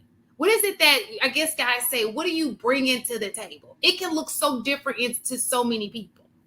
Okay, so yeah, she may not look at you as the money thing. Guys may look at a woman and say, you know what, I don't care about her career. You may care more about looks.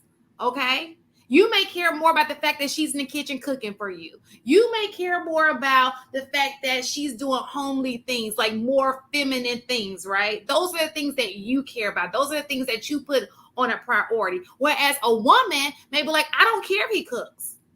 I don't care if he does these things, because those are naturally not what men do, right? So we have differences in what we value. But it could be women who may say, no, I want him to cook. It may be a whole role reversal, as people would say. So You have to know what you're dealing with, what value that person adds to your life, how does that person fit in you. And unfortunately, there are some people who some people are intellectually stimulated. They get turned on by being with a boss. They get turned on. That's what their main attraction. Like, dang, he's so sexy. He runs a company. Like, that turns some people on. It turns some people on when he's super smart. They like the intellect, a guy who's so much smarter than them. You have to figure out what you like. And there's some people who are the complete opposite. She don't want none of that. She like a guy who was in the field, like that construction worker. Did you see him?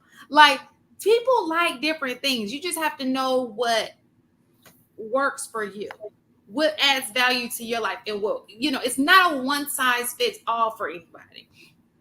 But I wanted to go into the next topic because Mistaken brought this up. And if you have anything to add to this one, you can still add it with this, okay? Mistaken brought something up, and it was called the social exchange theory. Do you want to explain that, Mistaken? The cost-benefit analysis of being married. So what it was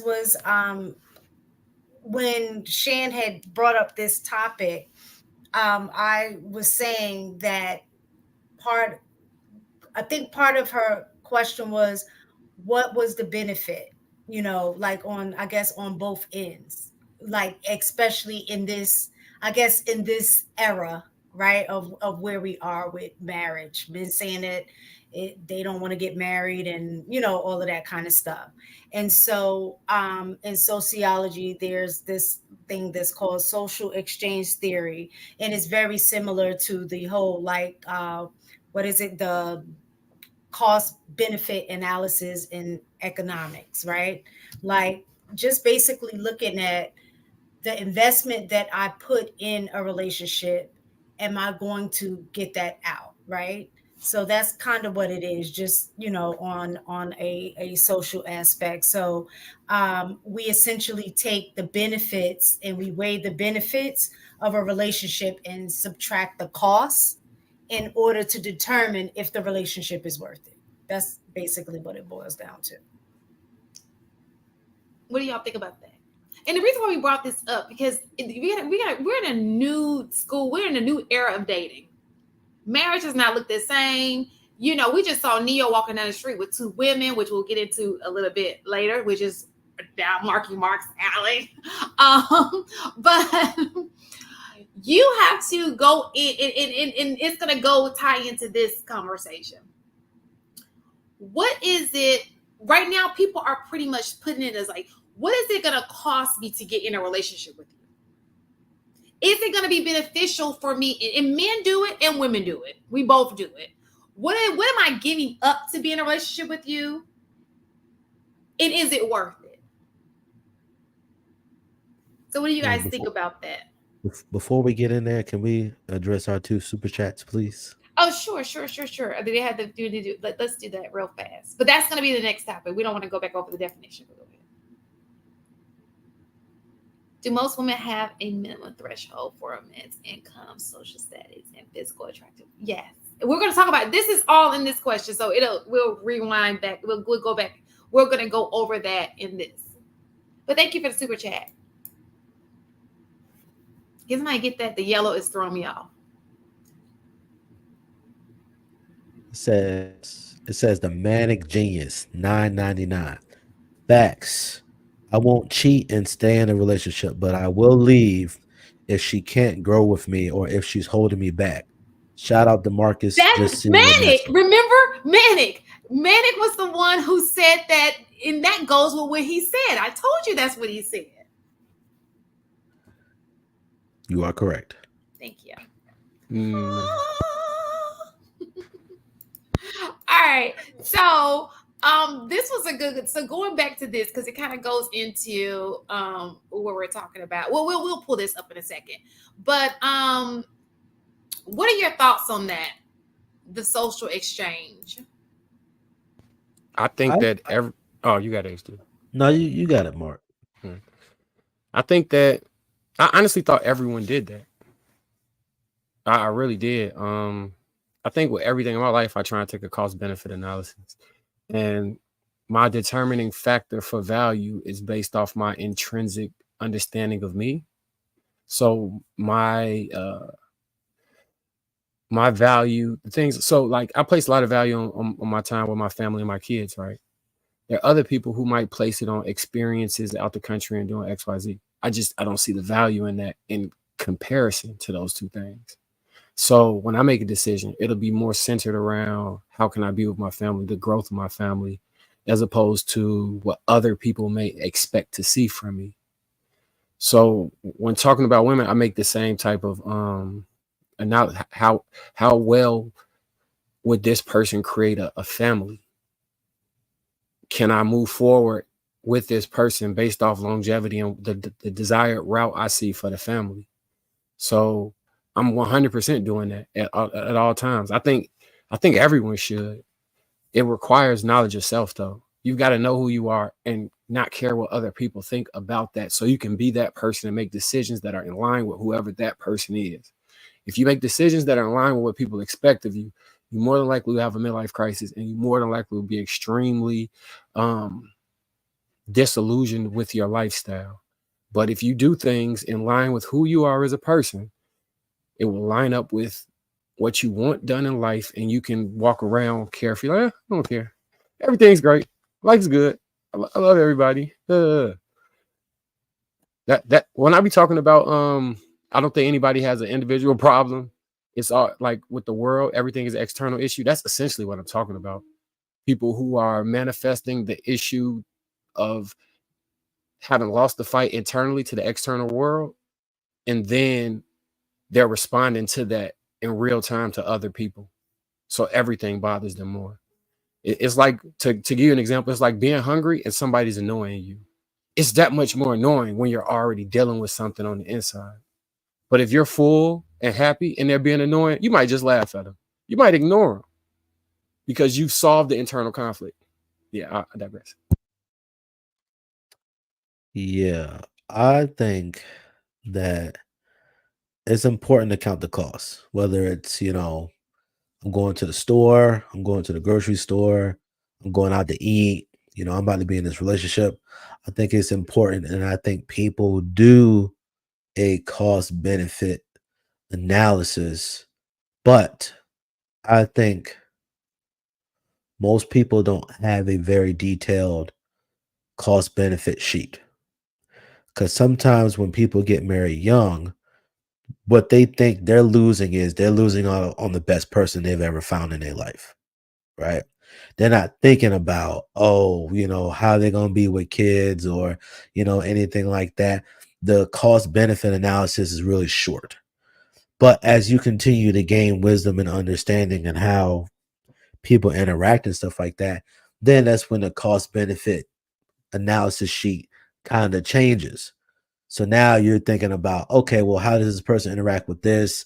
What's their mindset? What do they value? And all this other stuff. So I think it, like I said, I think it's really good to have a cost benefit analysis. I just think that everybody doesn't really have the same cost requirement thought process. Is like I said, when I got married younger, I was thinking that I could potentially be losing the best person because I know this person is good with kids. I know this. And you're thinking that if I don't do this, then I'm going to regret doing this. You're not necessarily thinking about, well, if it goes bad, how am I going to cover it?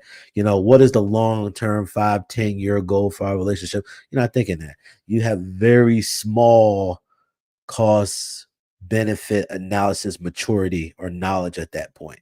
So I think that you got to look at the person individually and how they assess costs, and do they actually understand what the real costs are, or do they just look at the surface like, oh, I got money in the bank, so me spending $5 to get something delivered doesn't matter, versus the person that's got a real smart idea. If I keep spending $5 to get delivery done all the time, now it starts to add up. So it's like you got to look at who's doing the analysis, basically. I think people don't do a cost benefit analysis at all. I think people do a benefit analysis. How does it benefit me? They don't ever associate themselves with the price that it actually is.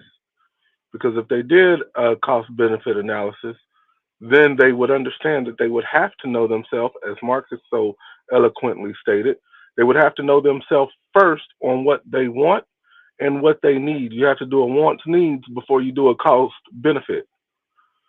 All people do is I want and it benefits.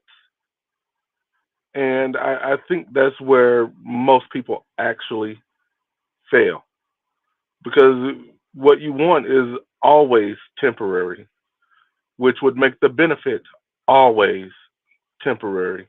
And then the costs pile up from from from receiving those benefits.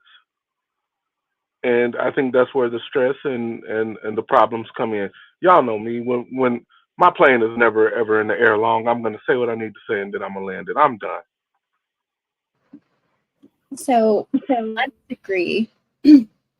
I think that people do a cost benefit analysis, but they do it with somebody else's pocketbook.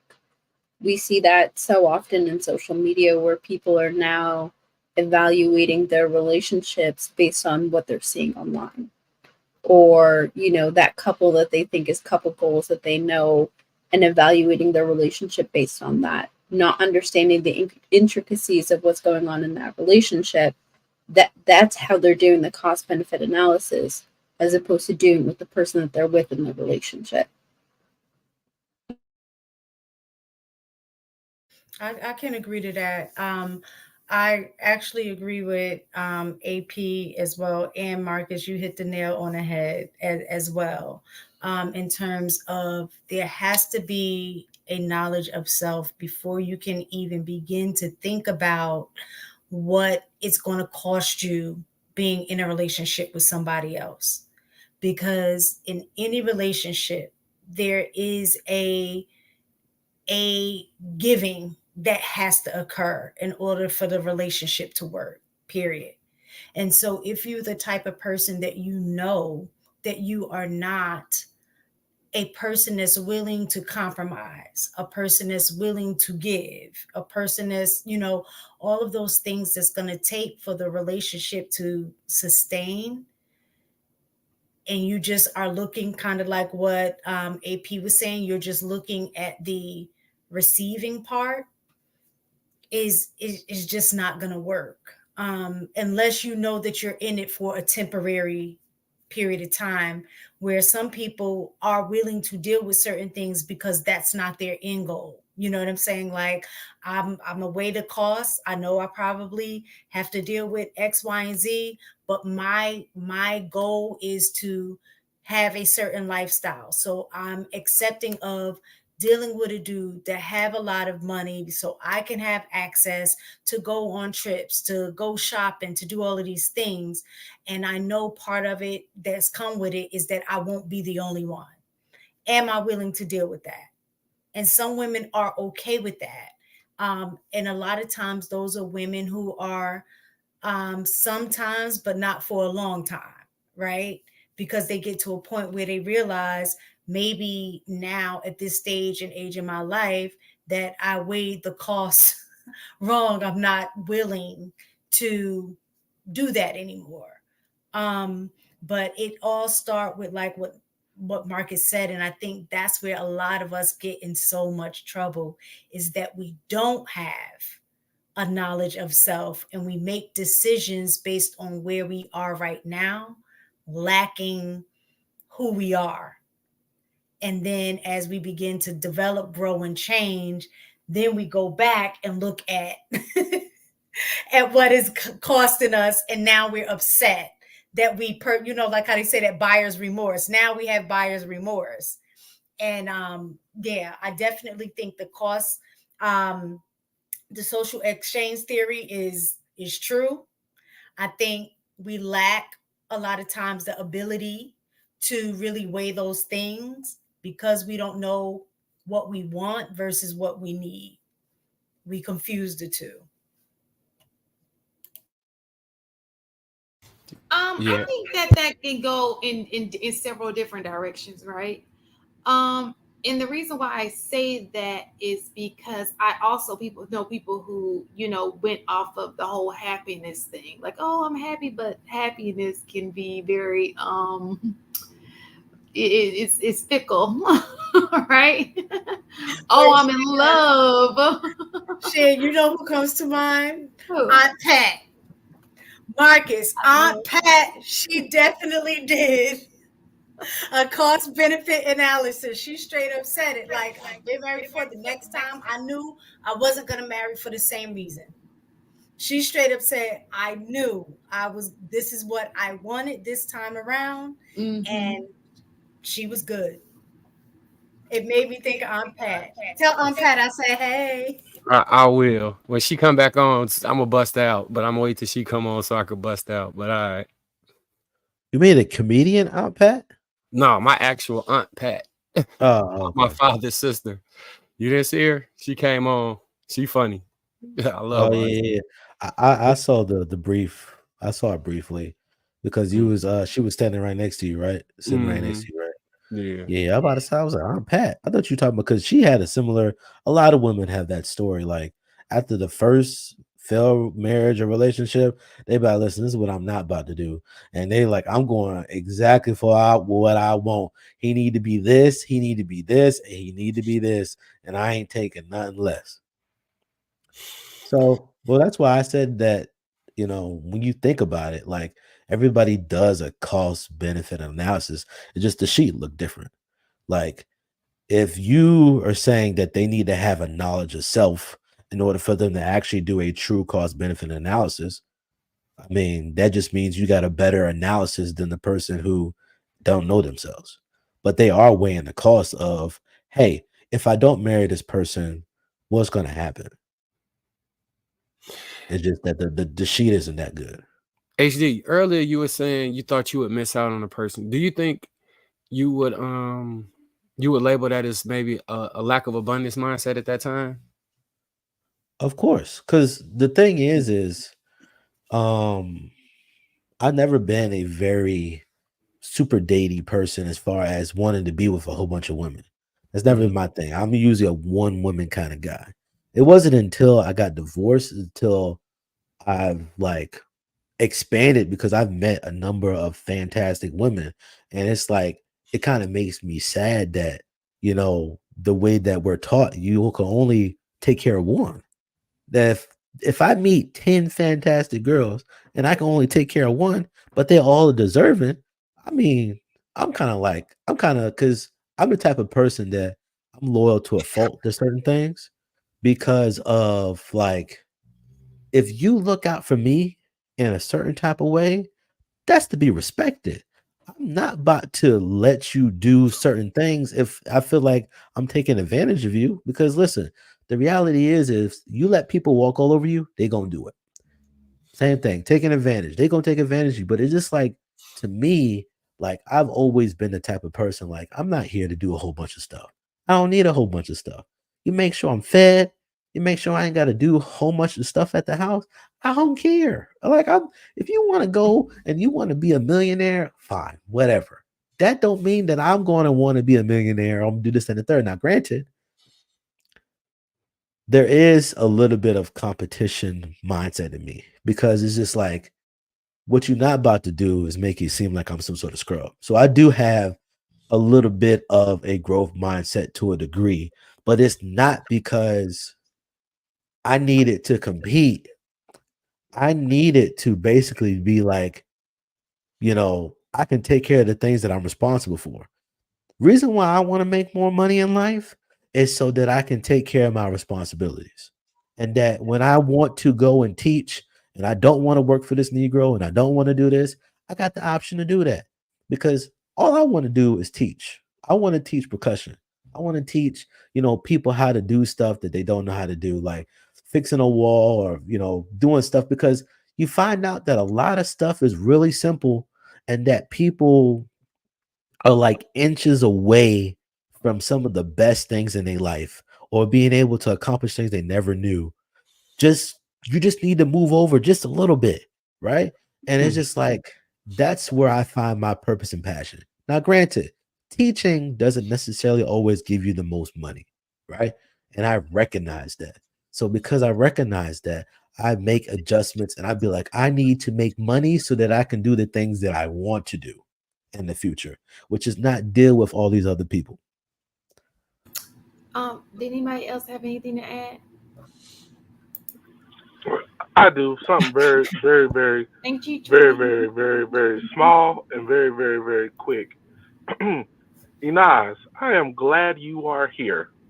The reason I am glad you are here, so I could tell you personally, in front of God and everybody, thank you. The advice you gave me back in November. So now, I am actually the full-time lead for the entire East Coast and international. Yeah. So, Inaz, Congratulations. thank you. Great advice. Her cash app is no, I'm just Ah, joking. We right. don't have Cash App in Canada. No, I appreciate that, AP, and congratulations. I'm proud of you. I did want to circle back to what Shan said about happiness being fickle. Because I've been thinking about this and I hear that so often, but after Marcus was talking about that knowledge of self and the way that annoying people are that much more annoying when you're hungry, I don't think happiness is that fickle. I think when you don't know yourself or you're lacking, you allow turmoil or challenges to really just consume your life instead of just segregating it to like a frustration in its particular allotment. I don't think happiness is as fleeting as people online make it out to be. Because like we've all seen those people where like you just can't get under their skin. They're just happy-go-lucky all the time. But Marcus is one of them, right? Like you can't. He's not bothered, and I think that people like that stay in a perpetual state of happiness. And if ever there is something that steers them away from that, it's relegated to that one corner of frustration, and that's it. I can agree. So let's go back to this is a good question. I thought we were hit on it. Oh, go ahead, mistaken. Okay, I was just gonna ask: is that the difference between peace? I think happiness and peace is different, right? Because I think peace is the perpetual state that you're talking about, Inaz. Where I do think happiness is kind of just like the another emotion of like being sad. You can be sad for a period of time and then stop. That doesn't mean you maintain being sad. It's just, you're existing. I think peace is what you were talking about, where that is a perpetual state of like how you said, Marcus, like, he's happy-go-lucky or whatever. That's the way that he presents in the sense of not saying that he's not going through things, because he could still present happy-go-lucky, but ish is still going on, but you just won't see it. So I think that that's more of a level of peace. I'm not going to let whatever's going on, deter me from myself, my sense of peace. I remember just kind of reading a little bit about trying to look at the difference between peace, happiness, and content. And that's why, and that was one of the things, that peace is a deeper level than what happiness is, because peace is something that is, more. So I agree with you, because peace is this constant state where, regardless of the circumstances, you accept what exists. You're not fighting against it. And that goes for positive experiences as well as negative experiences, right? That is peace. When I'm talking about happiness being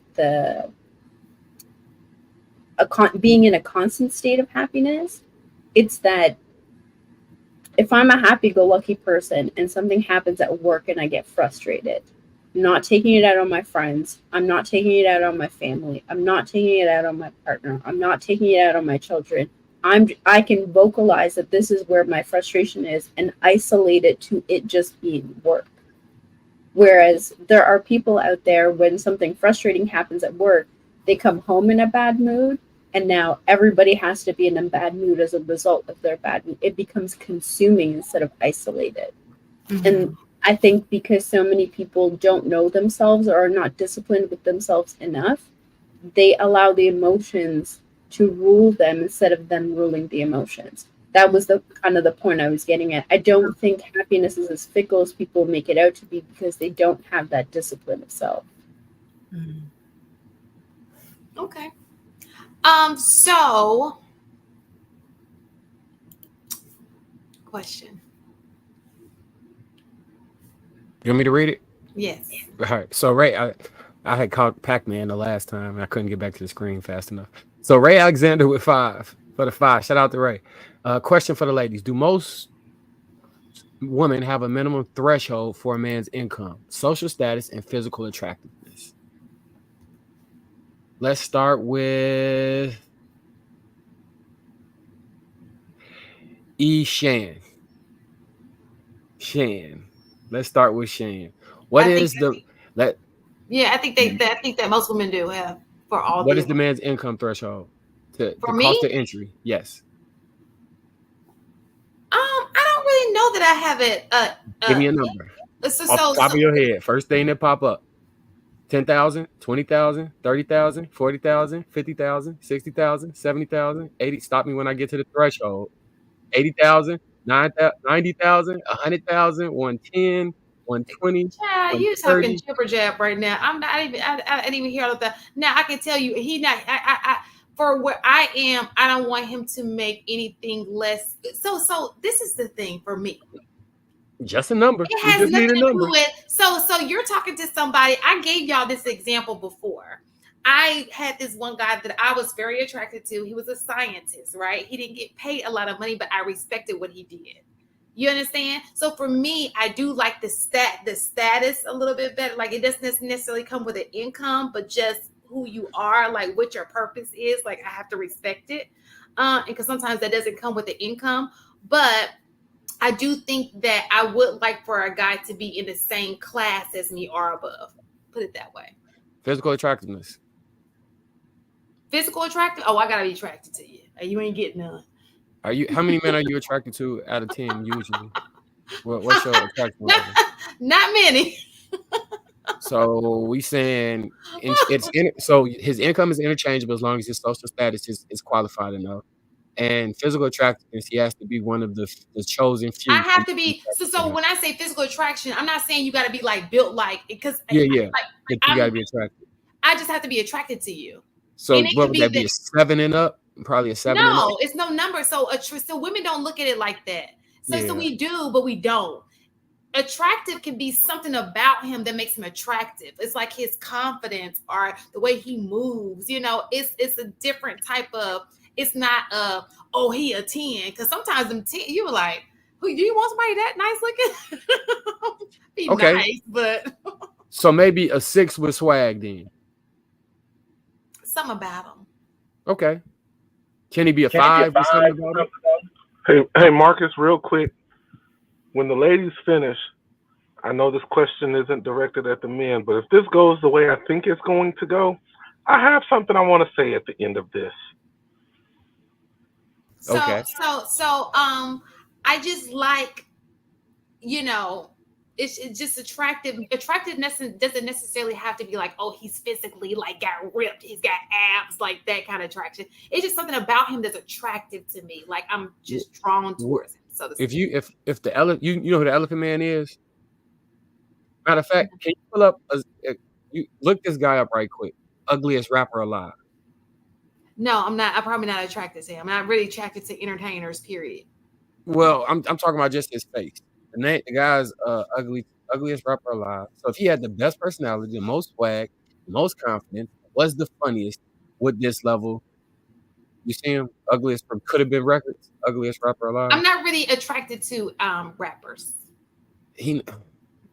I'm trying to determine the threshold. If he wasn't a rapper, he's saying even if he wasn't a rapper and look, say like Flavor Flav wasn't a rapper. I'm not attracted to Flavor Flav. Like, No. right. So that's what he's trying to see. Who is the bare minimum? Who's the bare minimum that you be attracted to? Ja Rule? Like, let's just say six of women. Man, she's on record as saying she's a sapiosexual, bro. So you're talking about a physical attractiveness. If he can reach her mind, then that's the attraction changes. I get it, bro. But what I'm trying to figure out is that's why I gave him all the things. He the smartest, the most, like he hits every other metric. The physical appearance level, where does it have to begin at? Because okay, so so you're saying when it's ugly too ugly? Yeah. When does that mind not even play a role in? Yeah. Okay, we're on the same. Flavor Flav, I would not do that. I would not do. Name some more people. I'm not really into celebrities like that, but if you're decent looking, somebody who's decent, like a solid 6. Okay. That, Good. We can run with that. All right. So we got it. Right. So income and social status interchangeable, but one of them has to be high, right? Mm-hmm. Physical attractiveness is 6 or better. Mm-hmm. Okay. What about you, Miss Take? What I will put number 1 isn't even up here. Using these things that are on the screen. I'm not joking, but I was joking. Because for me, character matters more than so using the that's thing. what I find attractive. So I think that everybody wants character, him not to be out here robbing banks and shit. You know these imaginary men, the imaginary men have 100% great character, 100% great morals, 100% sapiosexual attraction, 100% all those things, and you're determining it based off of 3 things: threshold for men's income, social status, and physical attraction. Shamika wants to know how long this shit is. Stop. Physical attraction. We're transferred to Enoch. She's physically attracted to her husband. She loves the way her husband looks. Absolutely, she said it all the time. So, all right, when we're transferred to Enos, I'm just take over. All right, my bad, y'all. He in a good mood. Yeah, I got about 30 minutes. Physical attraction. I got about 30 minutes. He said, "Hey, yo, baby, when this shit gonna be over?" Oh, you heard him? Hell yeah. What you conversation? Okay, go ahead. Y'all get out here so she can get in. Well, it gotta be a sexual attraction. That's it. No. But compatibility. But what I would say is, in terms of the minimum threshold for income, I would say average income would be for me. Money is not a huge thing. As long as I'm able to do the things that I want to do, I'm okay with that. So I'll say whatever. What's the average salary? I think 54,000. Yeah, I guess, right? 54, 55, somewhere around there. So I'll say that would be my baseline minimum. And then, so anything under that, I'm not really sure I would be able to maintain or live the lifestyle that, I would want. Let's see, the social status, I don't care about that.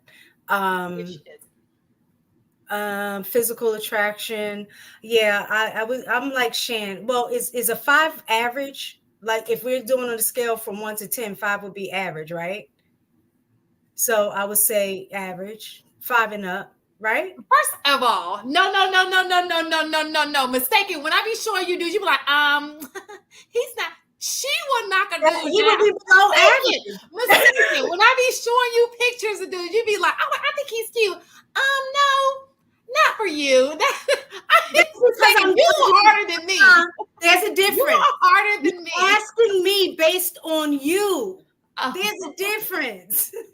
You're not asking me based on me. As much as you are attracted to Tay, you would not. You even said you would not have dated. You seen who I dated prior to? I remember you telling me about him. I'm gonna show you. I'm gonna show you a picture of him. Okay. After the show. Okay. Let me stop. For me, let me stop going into her conversation. But go ahead. Right. But I'm gonna tell you, the guys. I mean, she harder than me. Them guys. Well, we all think you have some pretty extreme standards, so she's probably judging off of that. I'm judging based on what she typically. I mean, like, I think he's cute. She'd be like, nah. When I compare the people that you're asking, no. When I compare, looking at your past people that you've dated, and I'm saying nah, is because they don't fit that normal, physical attraction type that you're used to. You know what I'm saying? So that's why I judge. But in terms of me, average and up, whatever we consider average, if it's a 6 or 5 or 6 or whatever, I'm okay with that. And up, I don't want to go below average. You have to have something, I guess, even more extra for me to consider the below average, because I do want to be attracted to you. You know what I'm saying? Like, I don't want to look at you and be like, damn, he got a nice body, but damn that face. Because I got to see your face all the time. You know what I'm saying? So I think there's a little difference. But yeah, that's why I would say, now I don't know how true this is because I ain't in them dating streets. But I remember me and Shan was talking before, and I was like, I don't really think that I would have a difficult time finding a mate because I don't have the same, standards. Not to say that I don't have standards, but what my standards are and what I find important are typically not about the social status and money. Inaz, your turn. So in terms of money, I agree with Mistaken about the average income. I will say that there is a caveat for me that you have to be good with managing your finances, living within your means. It doesn't make sense to be making an average income or a 6-figure income and you not be good with money. So that the prerequisite is that there's some financial stability in there with your income. In terms of the social status, I don't need somebody who fits like the socioeconomic social status where like there's prestige and stuff like that. For me, it's, are you a man that most people respect? That type of social status. Like if everyone around you respects you, like that is like, ooh, that just does something. In terms of attractiveness, I opt for 7 and up. I will say that this is my most flexible one. I have definitely gone below a 7, maybe even below a 5 once or twice. I'm not super rigid on it as long as everything else is there. But if I could pick somebody and everything was equal amongst all, 7 and up. Okay, so this kind of went the way I thought it would go. And I think this is pretty consistent across the board, and I'm sure y'all will correct me if I'm wrong, ladies. For women, it's all adjustable depending. For example, let's say a man is making mid to upper 6 figures. We can go down in physical attractiveness depending on what else he brings to the table. Or if this guy is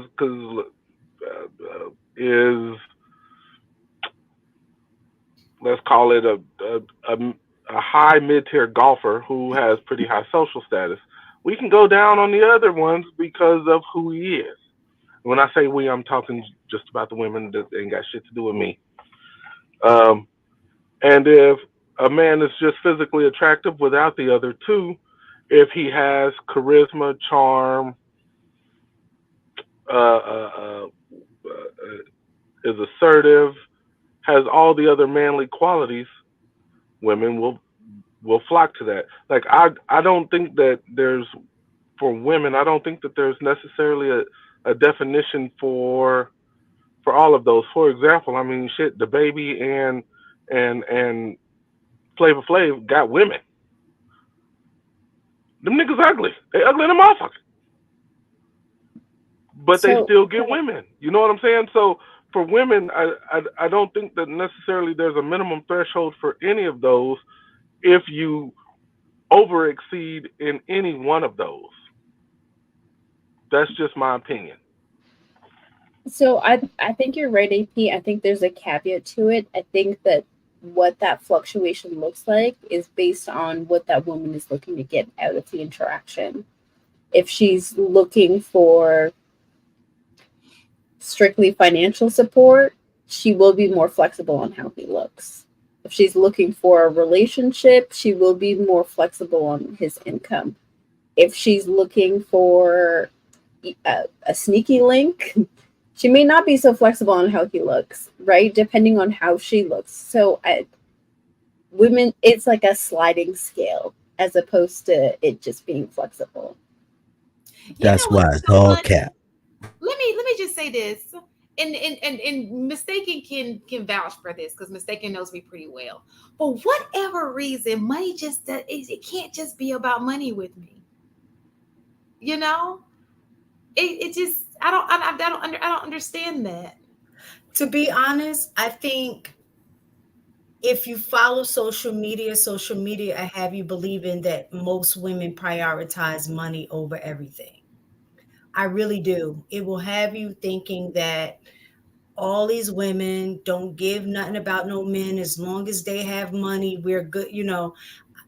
Social media will have you thinking that. But the truth of the matter is, vast majority of women are not dealing with these men that have all of this money. They're dealing with average men that make average money, because most men are not nines. Most men are not making over making six figures, but they're dealing with somebody. You know what I'm saying? So the fact that you said that money really doesn't do it for you, I think that's probably vast majority of women. Not to say that they don't want a man that has money or have means. Yeah. That those are two totally different things. Saying that, oh, my man have to have above six figures or have six figures, versus I want, a man that has money, like Ina said, that can sustain himself, that manages his money well, so you can do the things that you want to do in life. It doesn't mean like I may not be able to go on a international trip every year, but it may take me every 2 years to get there. I'm still doing the things that I want to do. I still have access to doing the things that I find important. And that's okay as long as you're managing your money right. And I think most women feel like that. They want to feel secure. They want to feel financially secure, but that financial security isn't necessarily based on you making over six figures or making six figures. It's about how do you manage the means that we have. And that's where that financial security comes in. The part I think that's missing from your argument is if I'm making seven figures year over year, I have access to 90% of the women. That doesn't mean that that's going to be your cup of tea, that you're going to go for that guy. But the truth is, he'll at least have access to you to try to let's say it would be to tickle Shan's brain. He has more access to be able to do that than the guy making 55. Also, the guy that's making that 7 year over year, and again, we're talking about less than 2% of people, but Depends on but that guy that's what it that was trying to tell hold on. You women in general will have a tendency to overlook some of those other things because he is making that money, that seven figure year over year. So we can get up here and, in my opinion, it sound a bit self righteous about it. But the truth of the matter is, if this guy is actually making money like that, he has access to just about every single woman on the planet, and he gets to determine if how much access he wants to grant her.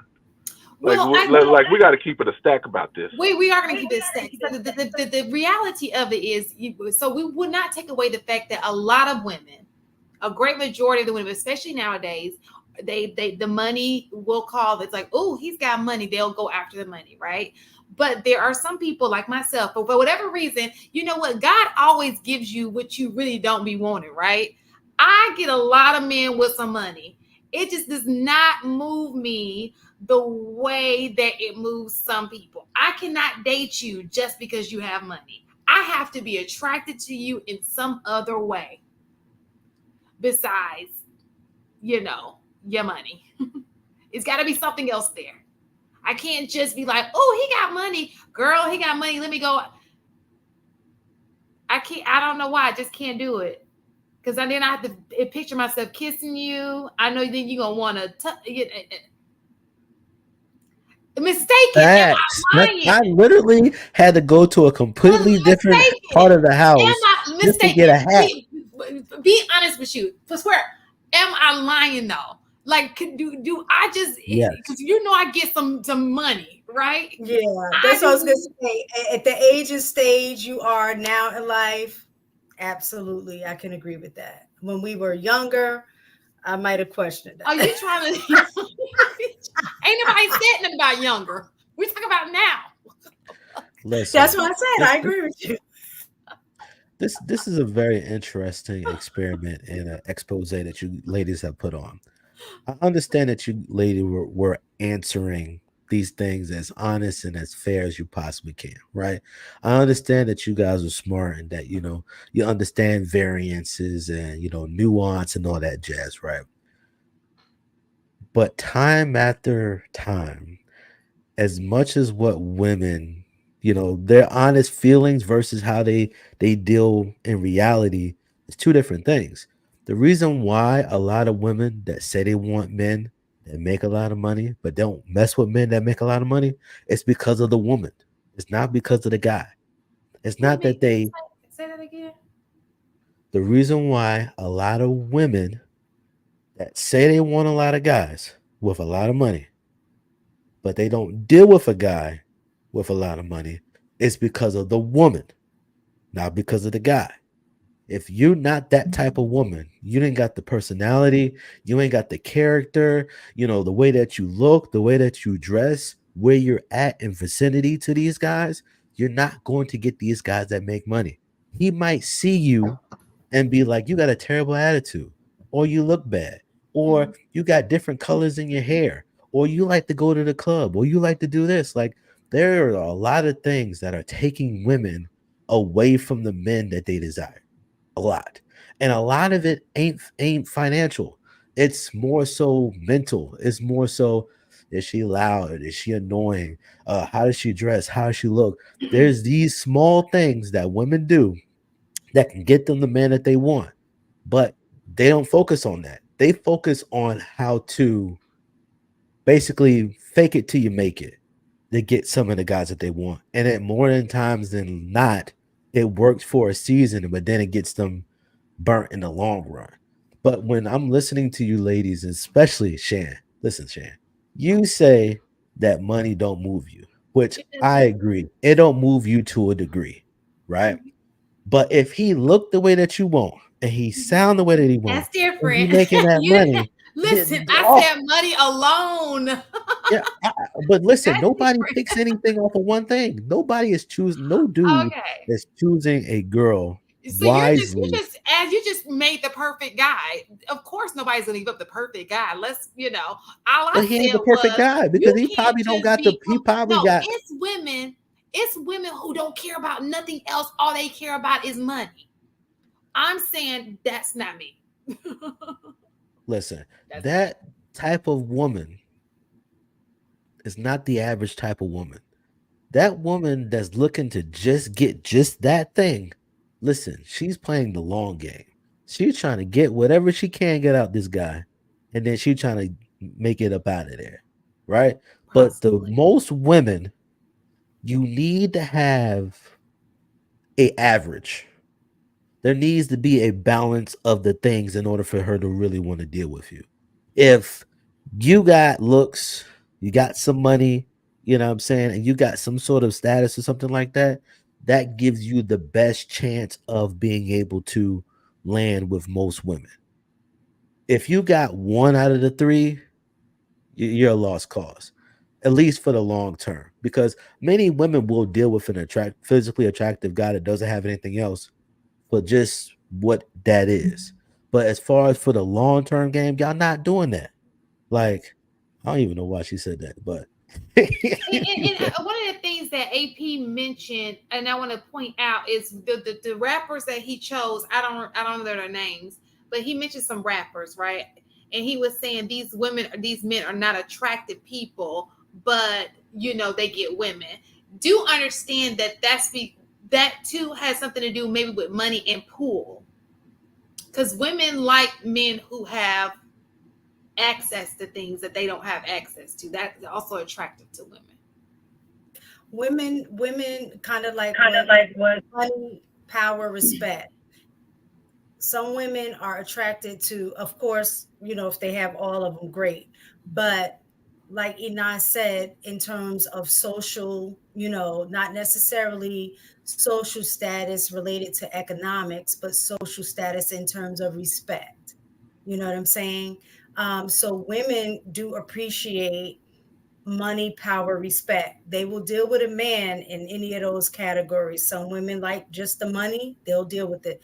Some women give up the money, but if they have some level of social, some power that may not necessarily come along with, a whole lot of money, that looks good too, because it provides them access. And then the whole respect thing as well. So for women, I think it falls in those things, in any of those categories. So I think that concept is gender neutral, right? The women who have a pleasant personality, who are attractive, and who have substance get their pick of the litter. Mm-hmm. The men who make good money, are physically attractive, and hold some sort of social status get their pick of the litter. Right? Yes, men are the ones who propose and are the gatekeepers to marriage. Got that. But in terms of what you're looking for, when you meet the majority of people's criteria, you now have a larger pool to pull from. So as much as we tell women, you need to adjust, what you are in reality and go for something that's actually attainable for you versus the impossible, that also goes for men as well, right? If you are somebody who only has one of these three attributes, you'll probably get women. You may not get a relationship, or a relationship that you have faith in, right? So I think that it's important to do the best. And I saw somebody make a comment about money will get you a long way. What most people do with money is they fix their looks. They find something to make them interesting on top of the money itself, right? When Cardi B got a whole lot of money, what was the first thing she did? She fixed her teeth, because the internet was just ripping on her about her teeth, right? Most male actors, first thing they do when they have money, they get that jawline surgery or their hairline surgery. Money is supposed to be a vehicle to attain things. It's not just the money itself. So whether it's men or women, you want to optimize all of your chances by being the best that you can possibly be, so that you can cast that net wide if you're looking for a relationship. Now, when you're not looking for a relationship, you're not so flexible on these things, and you're going to hone in on it. Well, I have a question. Why is it that even when men or women, I mean women, why is it that even when women make significantly more money now, they still have the requirement for men to make more money? I don't think that they necessarily have the requirement for men to make more money. I think some of them do, sure. But I think that if you have a woman who's a millionaire, she's not looking for another millionaire. What do you mean? Like most people that make a lot of money, they're around other people that make a lot of money. So this is what I'm saying. This is the reason why I bring this up. When Mistaken has said that he need to make average money, most of y'all women aren't making average money. Well, a lot of women aren't making average money anymore. They're making above average money. So if you're making 90K, but you still want him to make 40, 50K, If it's why? average, then most women are making average. Whatever the average salary is, that's what average is. What he's saying is a lot of women. So that's because she doesn't value. That's not what she values in a mate. So women are just different. Okay. I understand women is different. I'm just trying to get to the logic because the thing It's is just the way society. I think it's just go ahead, Enos. I'm just trying to So get to the logic because you can still do the same things you guys talk about the what you want to do. You just can't always do it the way that you want to do it. So you can still go on trips. You can still do this, especially if you've been a good steward of your money and you make more money than him. I just think that sometimes when women say certain things, it just Go ahead, it Enos. just to me it just seems a little short-sighted. I hear what you're saying. So I think there's two main factors behind it. I think the first one is that most people equate money to power. And so if I'm making more money than you, then in this relationship, that means I have more money than you. So in order for me to respect you, then you need to make more money than me. I think most people who are simple-minded or fall under societal pressures go by that. So that creates that power struggle in the relationship, and they're trying to pre-solve for that power struggle by requiring the men to make more money. I think the other side of that, maybe not so logical, but at least it'll help create some empathy and understanding, is that a lot of women are taught that if you are the woman who is contributing more financially to the relationship, then that man will be using you and depleting you. So in order to have a healthy functioning relationship, it needs to be either equal or above, so that you understand that that man is not taking more of you than you can afford to give. Is it smart? Is it good advice? No. Realistically, if you want to whittle it down to how it's actually working in real life, is that that woman doesn't actually respect that man or admire that man to begin with. And so these are the things to fill in the gaps. These are the band-aid solutions that aren't getting to the root of the problem, and we're trying to fix it by saying, I just need you to make more money. I hope that helps. It does. Well, I already knew this, but let me just ask this real quick question. I heard somebody say earlier on the panel that women gaslight all men. And the men's retort to that was they only gaslight the men they don't love and respect. What are y'all thoughts on that? Is that true, false? Say it one more time. So they was talking about how women interact with men. And someone said that all these women gaslight. They all, this whole women can't hold themselves accountable. Women operate like this. They'll never apologize. They always talk down to you or talk at you, throw things in your face. So the other guy was saying that's not necessarily true. It is because the reason that they do that is because that woman doesn't respect you or love and admire you. So the issue isn't her being a gaslighter and all those things. It's directly related to how she feels about you and you being in that relationship. Do y'all agree or disagree with that? I think it depends. Because I think women may do that in a sense naturally, in terms of depending on how you were able to get away with it when you were younger, right? If accountability wasn't taught to you when you were younger, then yeah, I could see that. And I don't think it has anything to do with respect. I think it has everything to do with a learned behavior, right? But the respect part, yeah, it definitely depends on a woman, but the respect part is a major thing. Because I remember we were recently talking about attraction or whatever. Like if a man get to your mind, we were talking about that in the chat. Like if a man can get to you through your mind, get your heart, your body to follow. So I think it has a lot to do with a man's ability to connect with a woman in order for her to move the way that he wants her to. Mm-hmm. So I don't have to gaslight you if he about his stuff. Like he can, like that's how pimps are able to pimp. You know what I'm saying? Because it's about the mind aspect of it, and a woman is just gonna follow that direction based on, like you said, a level of respect in terms of he's providing her something that she truly feels that no other man can provide to her. If he gets her at a level where she's thinking like that, she's going to do whatever to make sure she maintains that relationship with him. Period. Would it be fair? You got to answer for it, Nas, before I finish. Yeah.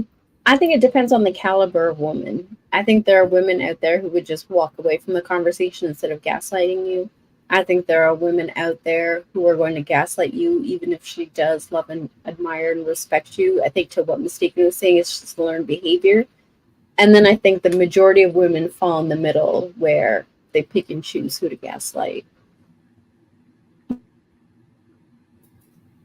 That's fair. You damn near wiped my question from me. No, I think I was gonna ask,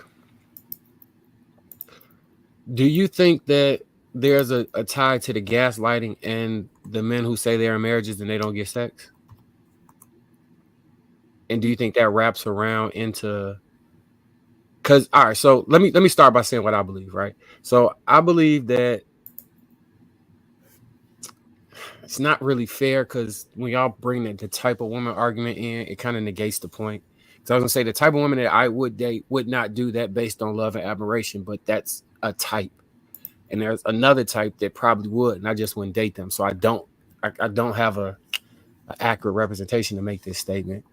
But what I was essentially asking is, well, I know that. Never mind. No, I want to address that because I think that's important. And correct me if I'm just veering in a totally different direction. Mm-hmm. Personally, and again biased because I'm a woman, I feel like the women who feel comfortable enough to gaslight and feel comfortable enough to close their legs to their husband or partner are in relationships with men that don't inspire like safety and security within the relationship. And so then like a rebellious thing comes out of women where, because I don't feel safe enough to do this, then like why would I apologize if you're going to throw it in my face later? And I know that that's the same argument that men make, but that's not to say that a man can't exhibit that same behavior. Does that make sense? Mm-hmm. They in the chat they say we was using gaslighting, that we may be using it wrong. So I'm well aware what gaslighting is. I'm using the question that was asked earlier. They use the term gaslighting, and yeah. So I would agree that disrespect and antagonizing would be a better word to just encompass everything. They isolated it in the question about gaslighting. So I was asking directly based off of that. Yeah, I think that's an interesting question because of how we look at the tactics that men and women use to get out of things. If you have a woman that doesn't want to do the things that the man wants to do, she has certain skills and stuff that she may have learned throughout that relationship or other relationships to basically get out of it if she really don't want to do it. Like, I think that if, say for instance, like if she's got a lot of guy friends that she really like benefits from, and then say for instance she like being around them, but she don't like being around her man, like that'll be the subtle stuff that you don't understand is the thing that leads up to gaslighting in relationships when it comes to dealing with certain women. So I think that personally, I don't think every woman is skilled enough to use gaslighting long term. I don't think so. I think that most women, they find a loophole And most men believe they're women because they're just like, why would I have any reason to believe otherwise? Until he gets frustrated.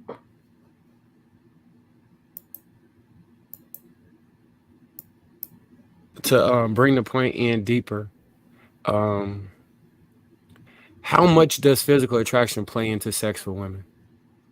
Because all right, just follow me. So what I'm saying is, they were talking about gaslighting, right? And when they were speaking about it, it was like a modus operandi for things women do that men have to deal with. But the large bulk of that sounded like things that women who aren't attracted to you or who aren't sexually stimulated by you would do. Like Red Pill was making an argument that they only gaslight men they're not physically attracted to. And Well, So let some me just women say, would make the argument that so if she's not if she's not physically attracted to you, or if there isn't anything to respect about you, she's not about to deal with you anyway. So so let me just say this. I saw this guy, and I wish I would have videotaped it. I may use him next week. He's a psychologist, and he was saying that usually in a relationship you have the adored and the person who's doing the adoring, right? It will behoove you. A lot of times men adore women. They put them on a pedestal, right? So that means you like her more than she likes you. Sometimes, okay? what are those results? Right. So in that case, that may not work in his favor, because you would want your woman to adore you, because women who adore their husbands and who have strong feelings for their husbands or their mates will go through great extremes to please him. He will know that she is feeling him. You know, a woman who loves a man, baby. Yeah. Well, I want to make this distinction between healthy relationships and unhealthy relationships, right? Because I think that's really important. When we talk about these women won't mess with you or they won't do this stuff because they're not physically attracted to you, there are women out there in unhealthy relationships who will still continue to mess with you, to sleep with you, and still gaslight you, right? That those relationships do exist. And then there are women who won't sleep with you and won't gaslight you. So I don't think it's so much, and this is what I was saying earlier, I don't think it's so much a physical attraction thing. I think that could be an incentive. Don't think that really has a lot to do with it, because if we're honest, most women sleep with men that they don't say they want, right? If most women are saying, I need a guy who's this level attractive, those guys are few and far between. Most women are sleeping with men who are below that. It really does come down to emotional safety. Like, sex is a brain thing for a lot of women. Like, if there isn't that safety there, most women aren't able to get off. And so if there isn't really an incentive unless she cares about you. And 9 times out of 10, if she cares about you, there's some level of safety there. I think I might be misunderstanding the word gaslight, because I thought it was more like when someone tries to tell someone else what you see isn't what you saw, what you heard isn't what you actually heard. Am I misunderstanding gaslight? That's what I thought it was too. That is that's gaslighting. Oh, I don't. Then I'm missing the context in the conversation. Then, my bad. Yo, I got a beetle in my house. Y'all know I had to let my windows up because I had painted my kitchen, and now these creatures is in my house. It's just flying up on. Never mind. I'm sorry. No, so the reason, so I know it kind of sounded weird how I was asking it. I was trying to ask the direct question that was asked earlier. Shout out to him. So, I don't know. Some of the times when I'm watching this stuff, sometimes I think men might be hyperbolic about the experiences that they have negatively, and then sometimes it seems like genuine things that's going on. So I really be trying to figure out like what is the woman's perspective on this, because maybe they are doing it. I just haven't been like able to experience or haven't been in a position to experience it, so I'm not really sure what's hyperbolic and what's actually occurring. I was trying to judge off how y'all felt about the gaslighting and those other questions, just trying to come to a determination. Is it more common than I think? Well, some people are just dating assholes. Would it be fair to say that the men who are experiencing this, if they don't have kids, they should just leave that woman and find one that does not operate any of those men? Yeah. Expect women to gaslight you?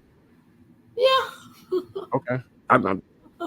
People tell me that I'm being. Why are you? Yeah, and that goes for men and women alike, right? You shouldn't be in a situation, a toxic relationship. You shouldn't. If somebody's playing with your mind and all that kind of stuff, obviously it's easier said than done.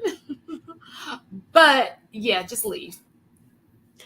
Best course of action is to leave. So I have a question. Mm-hmm. I think we all kind of understand. Like, I don't think gaslighting is the proper word for this. Mm-hmm. Did I explain it, dude? I was saying that. I know. That's why I said we all agree. We were able to move around it, but go ahead.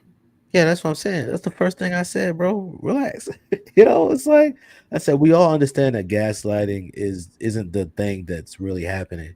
So that's why it's kind of hard for you to kind of like wrap this into this situation or try to get their perspectives, because we all understand most people don't really gaslight like that. What situation?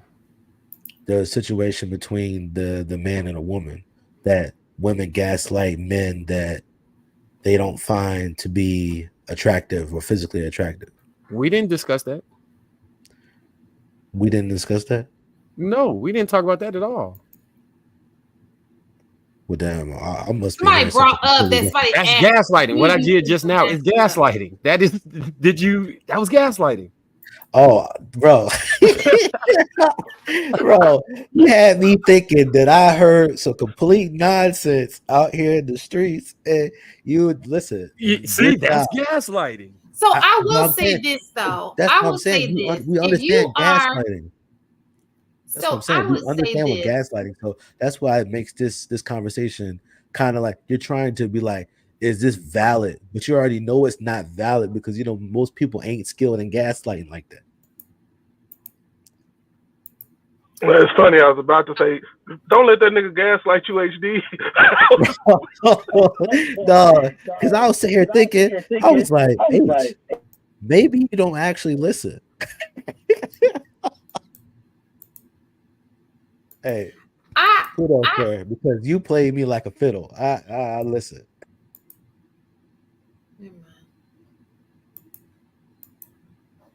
Never mind. Oh, you go ahead, Shan. Floor is yours. Never mind. I don't want to say it. Bro, why you do me like that? Any more questions, Marky Mark?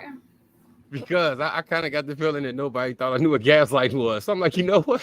We knew what it was. We just didn't know what you were asking about it. And I know what gaslighting is. Yeah, and I said that. I said we all understand gaslighting. We know what it is. And then when you came in there, so like, bro, I was like, I was thinking about my life decisions. I was like, I thought my ears worked. Any more questions, Marky Mark? No, that's it. We can call it one. Any questions from the audience? I think that so stepping away from marriage, right? Do y'all think that marriage is even a real goal? I mean, because look at the numbers are very, very low. I don't think people are trying to be married. I think the people who want to be married, getting married. The people who don't, which is a large majority, are just not getting married. I think marriage is a very realistic goal, but like you said, you need somebody that actually believes there's value in it. If they don't value it, there's no amount of convincing a person to get married. And that's why I said when we first started having the conversation about the benefits of marriage, I was like, devoid of any religious significance, majority of the benefits you get in marriage, you get outside of marriage. So, or you can at least get it. You just got to do a little bit more work. So that's why I'm saying, like, everybody has a level of fear when it comes to dealing with being committed in a relationship long term. So that's the reason why it seems like most people aren't getting married or in relationships because of that. But it's actually relatively easy to get married if you have people that believe it's valuable. On that note, did y'all see the conversation? I use the word conversation very lightly, between Pearl and that super conservative right wing dude. I forget his name. No, I don't watch Pearl, but go ahead, tell us. So their conversation was really interesting because Pearl is viewed as this right wing female voice for the men's movement, right? Mhm. And even with both of them being very right winged, he was so much farther right winged that their values in marriage started to clash. I think we should do a show on it, to be honest. Like, it was really interesting. Send me the link. His perspective on marriage versus her perspective on marriage, and how he was looking at marriage very holistically and how it benefited everybody involved in the marriage. That's the wife, the husband, the children, versus the way that Pearl was looking at it about trying to even the scales and fight feminism and using marriage in that context. If you get a chance, watch it. It's super fascinating to see their two ideals clash. So who you think won? The dude whose name I can't remember by far. Like, it wasn't even close. How do you use marriage to fight feminism? Basically advocating for stripping women of their rights. She was one of the more controversial points they were talking about was her mandatory DNA testing of children. His perspective as a man was really interesting to hear on that because he was adamantly against it. Why?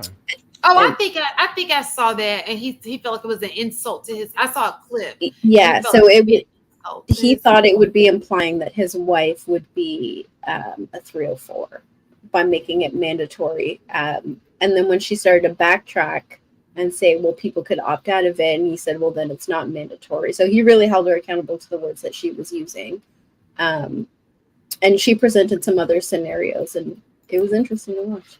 I think for that reason it should be mandatory, because I don't right think now it should. So I don't think it should be mandatory, but I do think it should be an option. Meaning, if he wants it, and in order for anything to be pushed along, for example, child custody, all of those things, it should be mandatory.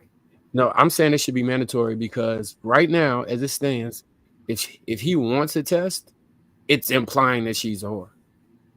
No, but the problem is making it mandatory means that, so who's going to pay for it? These are not free Like they tests. pay for everything else. Do your insurance. Yeah. A lot of people don't even have insurance. But they still get a bill. They could take a portion of child support to make sure they streamline their system. Right. So that's what I'm saying. Child support means it is mandatory for child support. No. I'm saying, if you ask for a man to be put on child support, it's mandatory. Right. What I'm saying is, if they got to go down to the court, file, send off, and do all of these extra, there's a whole department specialized in that. They can just add this to the test when they're doing her blood work, add his blood work. Well, they do. Most states now it's mandatory. Yeah, that might be now, but there's many people paying for kids that's not theirs biologically. Right. And they find out 5-10 years later, and they don't get back pay for that. Right. So I want to clarify, right? Because right now we're talking about, in the case of child support, what Pearl is advocating for is the point of giving birth. So while they're still in the hospital. Exactly. That's what I'm talking about. That's the part I don't agree with, right? That's what I agree with. That's I totally agree, and for several reasons, actually. And she could have broke his argument had she actually tried, I think. I mean, I didn't see it, so I don't know. And I wouldn't use Pearl as a male advocate in any way. But so you're already at the hospital. You're already doing everything there since you're there. And it's just going to be added to your bill anyway. So the money part isn't a big piece of it. What I think is why it should be mandatory, because if he's not the father, we're looking at genetic diseases. We're looking at blood types. There's so many different things as to why determining paternity would be beneficial for the child, not even necessarily the parents, for the child. The last part that I'm gonna probably bumble through, you don't have to worry about it by the time child support comes around anyway. You've already either been confirmed or you haven't. I mean, shit, if it's already mandated, it's done at the hospital and confirmed or not confirmed. And if you got a 304, I mean, you would like to. I mean, if you didn't know your wife was fucking the milkman, you would like to know if that baby is yours or the milkman's. So I mean, let me just say, what are we talking? That's crazy. I don't know why he would advocate against it. So this is the thing. The hospitals don't have that. They have to send it off, right? It's going to take the same amount of effort for the hospital to do it, for you to go to the store to get that $19.99 kit that you refuse to go do because you don't want to do it yourself. Swab that baby's mouth, swab your mouth, and send it off. You can do it. So you can do it. So it's what not I'm saying, hard. what I'm saying is, every day. if they were mandatory, they would dedicate a portion of the hospital specifically for that, so people would be hired for that, which creates more jobs. So it's good for the economy. Two, right now as it stands, it's like people walking into Walmart and then only certain people they search to see if they stealing. The people who get searched are gonna be offended because it's like, what, you think I'm stealing? You pat me down? But if they pat everybody down, nobody. But you don't have to still and get caught. Marcus, the problem is you're taking the responsibility. You're trying to give the responsibility to somebody else. If you think that your wife is sleeping around, you have that right. She does not even have to know. Those tests are readily available to purchase. Kind of like you go and purchase a beer or you go and purchase anything else that you want. Guess what? If you have your baby in your hand and she sleep, all you got to do is take that little swab. It don't even hurt the kid. Swab his mouth, swab your mouth, send it off. She don't even have to know. You're so focused on somebody else doing it for you because you don't want to take the accountability to do it for yourself. Just do it. If you feel like you're sitting around, just do it. I just want to get on record real quick. You're advocating for men to go behind the woman's back. I'm advocating for men who feel like this kid may not be theirs. If you have doubt in your mind that this kid, it may not be yours, go ahead. Just if it gives you peace of mind, swab that baby's mouth for you. Okay? Just like you're gonna swap that ningling if you think something wrong with it and you're scratching a little bit too much. Do all of that, do it for you. If it's gonna give you a peace of mind, you'd rather be safe than sorry. Why? So all of a sudden you're thinking about her feelings, right? What if she's lying to you?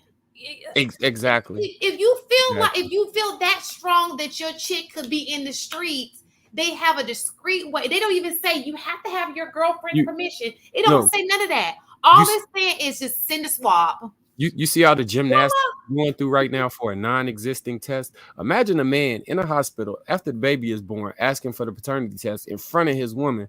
She might get mad enough to take the baby away from him. You don't have to do it. This is what you're talking about, something that you don't even have to do. It's already set up.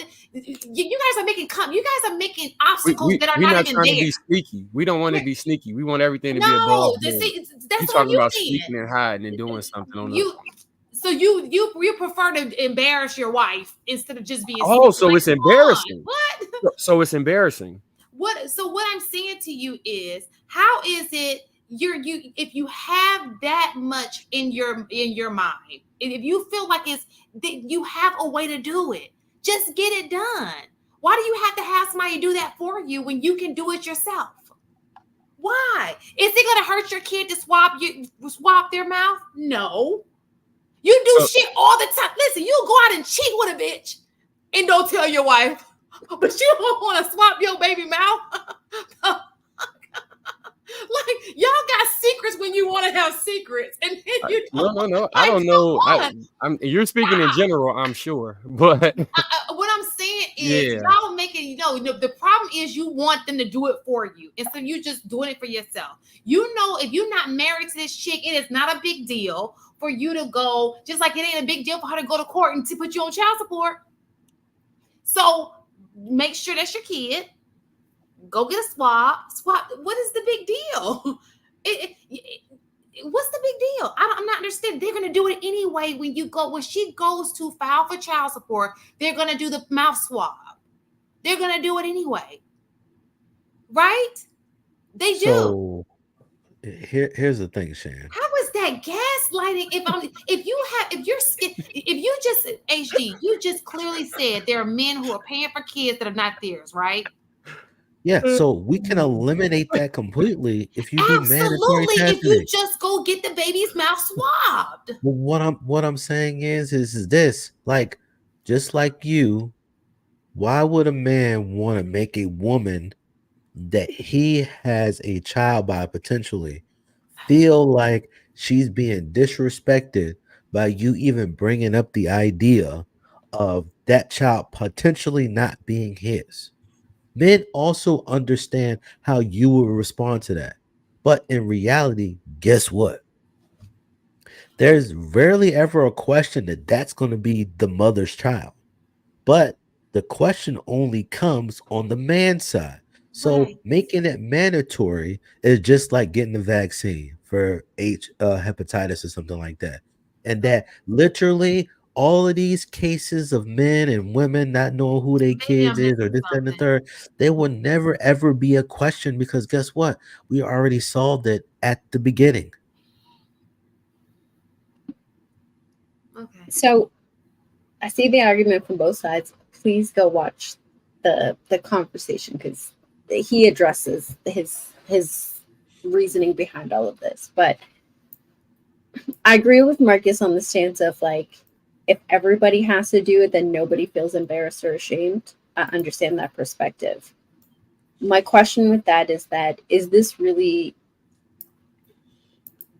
such a big problem, and it's happening so often that we have to put this many women through it? Or should those men do what Shan suggested and secretly swab, so that way if they get, hang on, but I know, but this is just, let me get it out. In the event that it is your child, it has not disrupted your marriage. And in the event that it is not your child, now you're able to have the conversation with some proof, right? So is it really happening? I'm not saying it's not a big problem. That's not what I'm saying. Guys, see the chat blowing up. I understand the magnitude of when it happens. It is absolutely astronomical. I'm saying the frequency of it. Is it really that many women out there who are frauding the paternity of their children that we need to make it mandatory for all women? The way y'all are describing why you should go sneak and do it is the main reason why everyone should do it. The fact that you can end up breaking a household up by getting paternity tests on kids that are yours. And then That's why you won't know. What if she finds out? Okay. And then also check this out. Most men trust a woman. Listen. Like, let's think about it. The reason why you got guys paying for kids that's not theirs is because some of those men trust the women, or they marry this woman, have sex with this woman. She had sex with somebody else. He ain't thinking, no, there's no problem whatsoever. We're not saying that most women are criminal in this regard. No, we're not saying that. What I'm saying is listen, why even leave it up to chance? If there can be a surefire way to make sure that man and woman know exactly who this child belongs to. So if you want to do whatever it is that you want to do, listen, I understand the social idea of feeling like you being disrespected, because why would you think that I would cheat on you? There's a lot of guys that didn't think that they woman would cheat on them, but they did. The reality is something as simple as taking this test for $100, even $200. For $200, the peace of mind that it creates in everybody's mind that simply this child belongs to these two people, it benefits everybody involved. It benefits the child never got to wonder. It benefits the father, he ain't never got to wonder. The woman, she always know because the baby came out of her, so she ain't got no question. But guess what? Now she know her man ain't never gonna have to worry about this child not being his. And that You know, if she were to bring it up to be like, yo, you not taking care of your kid, here's the proof, we ain't no argument. HD, you want to know what Let me else? just say What this. Let me just say this real fast. Guess what? It ain't a law. So what we gonna do now? make it a law. So Look, no, it's probably not gonna be a law. maybe it will. So with that being said, now so with today, April the 20th, it is not a law. A baby is being born right now. You don't think that's your child. What solution can we give a man right now whose baby was born at 1:25 a.m. April the 20th, 2004, and he thinks that this may not be his child? You have Obviously, the, go you get, have the right obviously to go do get a Can he pregnancy. wait for your I mean, law? obviously go get a paternity test. However, So it's okay for him to go. no, I watched this show called Paternity Court. And one of the things I find interesting on paternity court is the amount of harm that's done to these children when they're placed in turmoil, or that these men leave these kids in the first 5 years of their life because the paternity doubt got to them and they left. So what I'm talking about not only helps the kids and the family, but it helps everybody, because the after effect of somebody, I've heard women say that's not your kid, an argument according to people online, right? When that's done, even if she didn't mean it from that point forward, it's a potential for that man to leave based off of him, because he's going to think about that for the rest of his time with you. Every time he look at the kid, he's going to be in the mirror like, I don't got the same exact nose. Forehead a little larger than mine. And if he doesn't do the right thing and go get tested, he might be in a fight and blow up and leave based off of that thought. And that's sitting in the background. And anything else brought to the forefront is the catalyst, but it really was him marinating over, was this child mine the whole time? Like, So I let don't me know. ask I you- just want to prevent it. So I get it. You're trying to save another man's life. I get it. Mm-hmm. But my thing is this. At this point, it's not a law. Okay? So it's kind of like, oh, everybody should be tested for HIV because you don't want to give it to another person, right? It's not a law right now. So it's up to you to say, before I sleep with you, I need you to be tested. So you have to. I would be fine with that. What I'm trying to understand, make you guys understand is sometimes you got to take it into your own hands, right? If you don't want to be done dirty, you have to figure it out yourself. You have to, because there are ways. If you know that you got a little 3 or 4 on your hands, if you feel like that baby nose is not your nose, you can be a decent man and sit down and say, hey, I'll have your mama do it for you. Mama don't mind doing it. Look, y'all ain't married. I want my child to have mama do it for you. Ask your mama to do it. If you don't want to do it, I bet your mama will do it. So while you talk about practical solutions, I agree with you. What I'm speaking to is the fact that you would even say, if you think you got a little hole on your hands, that's how the women interpret asking for the paternity test. So that is an insult. You're not married. It's already an insult. Listen, y'all ain't married. Probably ain't even exclusive to each other. You're probably in a situationship. Like, it's okay to ask. So what is she gonna do? What's she gonna do? Hey, because at the end of the day, if she asks for child support, she's gonna get one because the court makes her do that, right? There's nothing wrong with you saying, hey, what are y'all scared of? We're not saying that it's not a smart move for a man that has questions, right? To go and get the answers he's seeking for. I always advocate for that. No matter what it is, if you got questions, go to the places that give answers, right? Cool. Fantastic. However, the reality is this: it's never going to be a question that child belongs to the mother.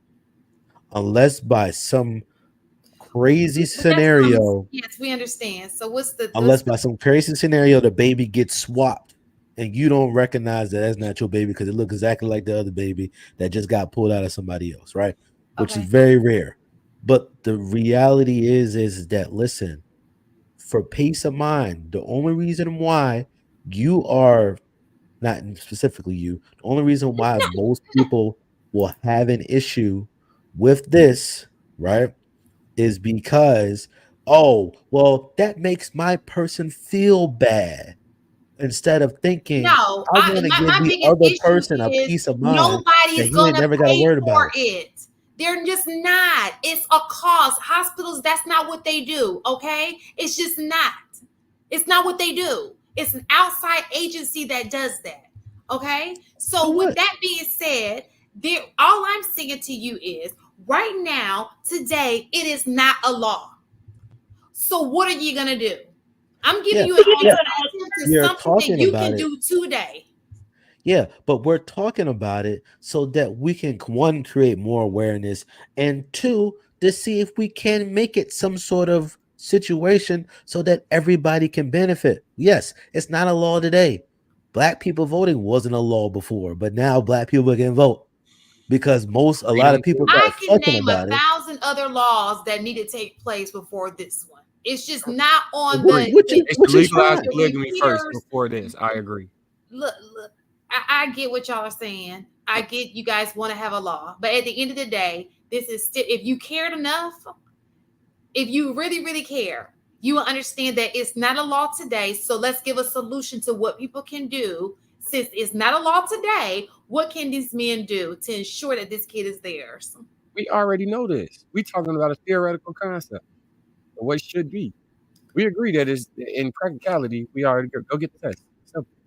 But we're talking about, would the world be better off if we implemented this?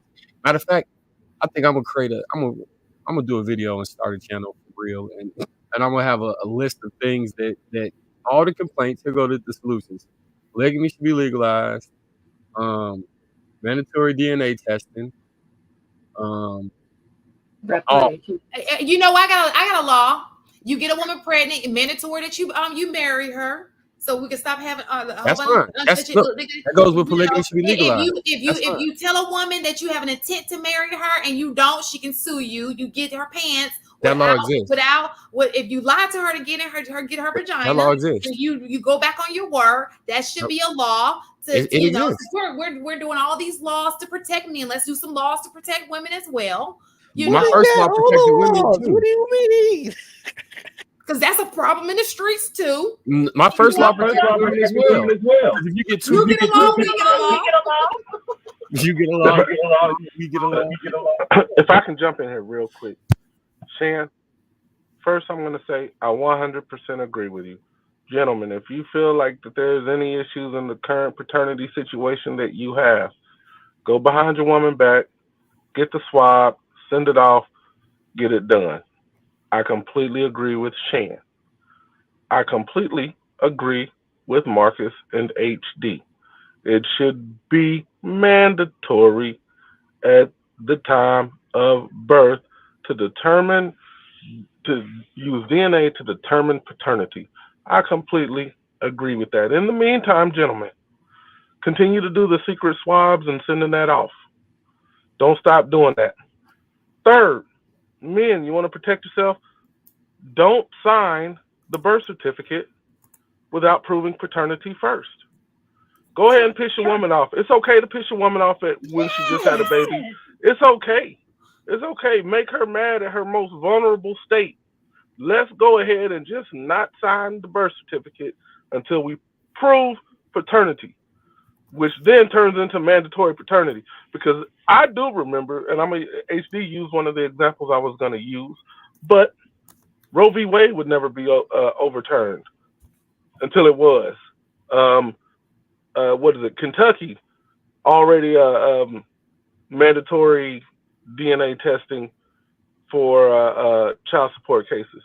We never thought we'd see stuff like that. I agree, Shan. There's already a law on the books in South Carolina that protects women in the event that a man promises to marry just to get in her pants and he doesn't follow through.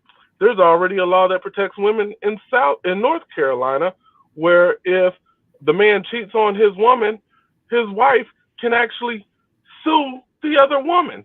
Yes, there are laws on the books to help women. If you want to make them national, bet I'm cool with it. It'll hold everybody accountable. But men, you heard what Shan said, and I actually agree.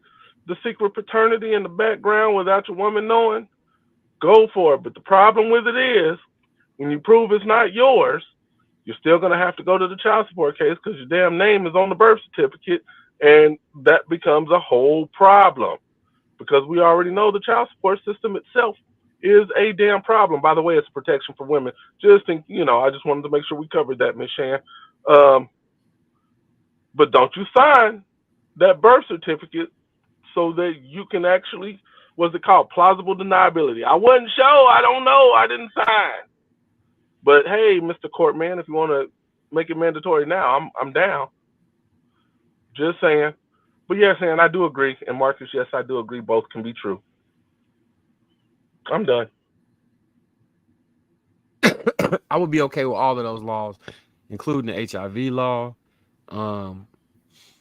These are public goods. Like if people out here operating with infections that don't know it, and they're infecting other people and don't know it, I have no problem with that being a mandatory test that's done with other blood work all the time. I thought it was like when I go to the doctor and get the blood work, she tested for everything. Even though I told her I wasn't like sexually active with nobody else to be a concern, she still tested for all of that stuff all the time, and came back with the good results all the time. So, and if you didn't, you at least know so you can get the treatment you need. Just like you can take the steps you need if you didn't know if that was your child. But my question is why people vehemently fight it, like with reparations, right? That'd be the what? Where are we gonna get the money to pay the reparations? I don't hear nobody talk about where we gonna get the money for anything else until we become reparations, mandatory paternity. Where are we gonna get the money for that? Oh, we got the money for everything else, building domes in Israel, but we don't got the money to make sure that men's kids, whatever. Now you know that We got super chats. Come on now, that's two different things, two different pots. It's not the same. Well, it's being printed from the same place, so it kind of. Let's see how much. Let's see how much these DNA tests cost. Let's see. It costs $115 here in Virginia. If you get it done at the moment of paternity, when the baby is born, it's $115 because you're testing 3 Amazon has people. one for $9.15. Go ahead and order if your baby is due sometime soon. Go ahead and get you Amazon Prime, and may give you the overnight option. Get your test. Let's see how long it takes to get back. What else I don't want to do is have men who potentially could contaminate their own test and then come back with a kid that's actually theirs that they think isn't because they didn't do it the right way. It's a lot of error in humans, and people don't be the brightest all the time. Okay, it says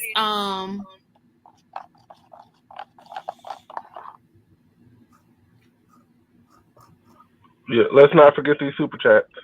Yeah. So it's gonna cost you about $140, Chair. Let's see how much it'll cost in the hospital. DNA test in the hospital.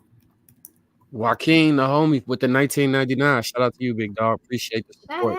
Let's be here holding it down. Oh man, it's the Congo English with the 5. Great dialogue. Much appreciated. We appreciate you too, bro. All the time. You be holding it down with it. Ray Alexander, another one, be holding it down with 5. Shan, minimum requirements, MD or JD or MBA, got to be an or a cap. People think like 120 net annual income. Idris Elba lookalike. I don't even like Idris Elba. All of those things. I'm not even attracted to Idris Elba. Oh, 6'9" or above. 6'9". I'll take a 5'10". Sir Shot 87 with the 2. Shout out to you, bro. Question for Enos. Did Ashanti trap Nelly with a baby? No. Y'all always think I get trapped. He already had a baby mama and a bunch of kids with her, and he left her. That baby's not trapping Nelly. Okay, fair enough. True for reality. Nelly will dip if he wants to. AKA the Red Pill Ranger. Salute, bro. We're gonna have to get you back up here. $5. She don't get it because women barely ever deal with paternity fraud. Zero empathy. Need to know before they sign stuff or bond with the child. Women do deal with paternity fraud How? when they date a man and he got a kid that ain't his. Sometimes it be that chick that, let me tell you, my girlfriend found out she did it for him. He didn't even know. She was like, Shantae, that baby don't look like him. And she was the one who swapped and it caused a whole lot of argument because he was mad on another degree of mad. I think he was almost like a little upset baby when he just really wanted the baby to be it. But and that could potentially turn dangerous. Some people will respond with violence. So we could be saving the baby alive and the outcomes financially that can occur from having to go through court cases after the violence occurs. So the story is, might say, wait, what? Let me tell you the story. So she was dating a guy, right? They lived together. He was cheating on her with another girl that she repeatedly had an issue with. Okay, him cheating on her. Well, the other girl got pregnant. And so she was like, because she was not leaving. My friends are ride or die. And so it's one of my college friends. And so she one day,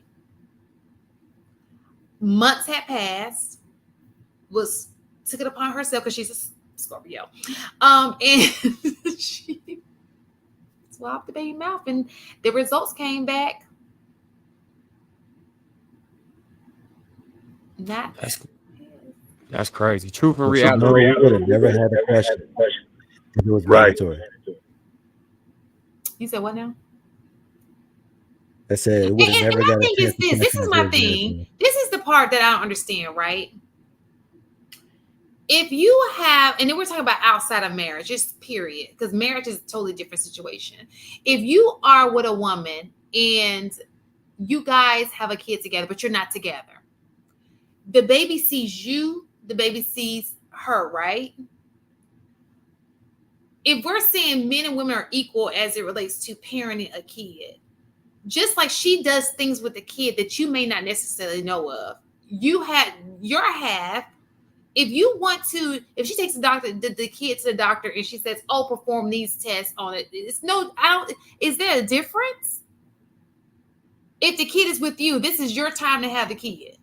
No, you definitely can do it. What we're saying is the social ramification for singling a woman out and making now I think that the better interest of the man should supersede that, especially if you have however, the reason why it would even be taboo is because it's selective.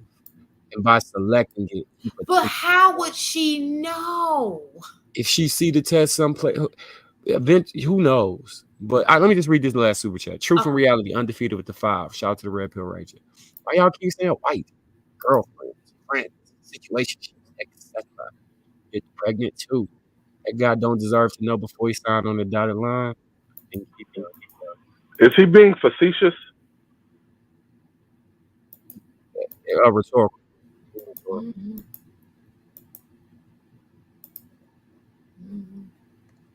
Did you hear me? I think he's not being facetious. He's saying that they only want to basically make the wives feel better, but there's more than just wives that get pregnant, and it causes these mishaps and situations, and that they're basically saying, hey, why doesn't this guy deserve to have a paternity test done? So I can clear that up. Like, I think everybody on this panel agrees that like marriage is the goal. People should be getting married. And so sure, the boyfriends and friends and one night stands and all of that stuff deserve to know as well. But because we promote marriage, we're identifying the wife because that's the goal we're trying to push. It's not. No, I just read it. Like when you just read what he wrote, there wasn't a question mark, so I read a statement. Like the guys don't deserve paternity too, and I'm like, wait, is he being facetious? Like I don't agree with, like, those guys need to know. all guys need to know if their child is theirs. They need to be Absolutely. reassured. Like, And they surely don't need to wait for shouldn't be a law to question. tell them. Yeah, I think it was a rhetorical question. It's like you're saying that they don't deserve to know who their child is They before do. they sign. It was pointed like that. Gotcha. Yeah. To answer the question, absolutely, they need to know, without question. Yeah, women also- can have biological proof that they cheated in a relationship. It's why they not designed to never mind. At the end We of all the know. day, though, it don't even so even if you had a law, it said, oh, that kid is not yours. By law, if you're married to her, she has a kid, it's gonna be, the law states it's your kid. So with that, we would also petition for that to be a removal of Now you might want to petition that first. I think we can conquer them all. That's like a little laundry list. I think that's a doable thing if you had enough people to go along with it. And if that improves the marriage, because the things that men are afraid of in marriage, if we created laws that address those, would it improve the marriage rate, improve society? I agree. Listen, all men fathers can know without being mandatory. You sure can. They just don't want to do it. I don't know. I think there needs to be limitations on that because some men are afraid of their wives leaving. Does that mean divorce is taken off the table? Like if we're creating laws that address all of men's fears, like that's one that gets talked about a lot, is that these women leave because they're unhappy. Are we taking divorce off the table? I think we should create mandatory counseling and some actual relationship milestones in order to receive a divorce. I mean, they have them now. I think maybe they could be revamped where you take this amount of time off. You both go to independent counseling and you know what I'm saying? You work on your internal issues.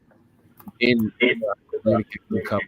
And if at the end of all of that you can't figure it out, then yeah, get the divorce. Instead of I'm just gonna get divorced tomorrow because whatever. I think you can actually address that on the front end and not the back end.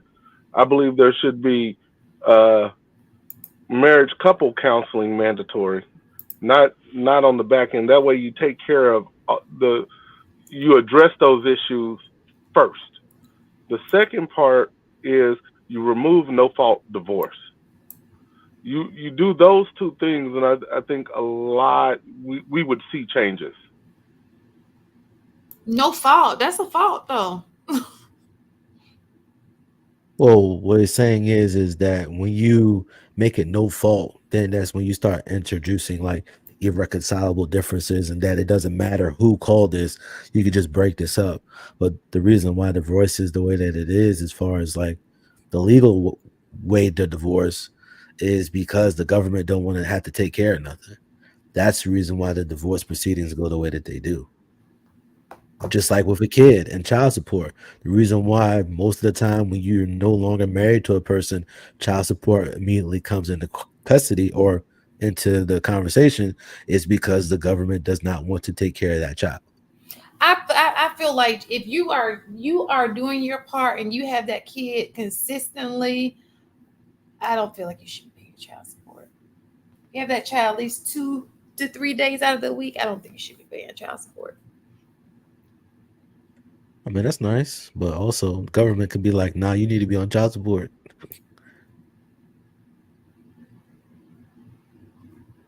But y'all changing laws, so go ahead and throw that one in there.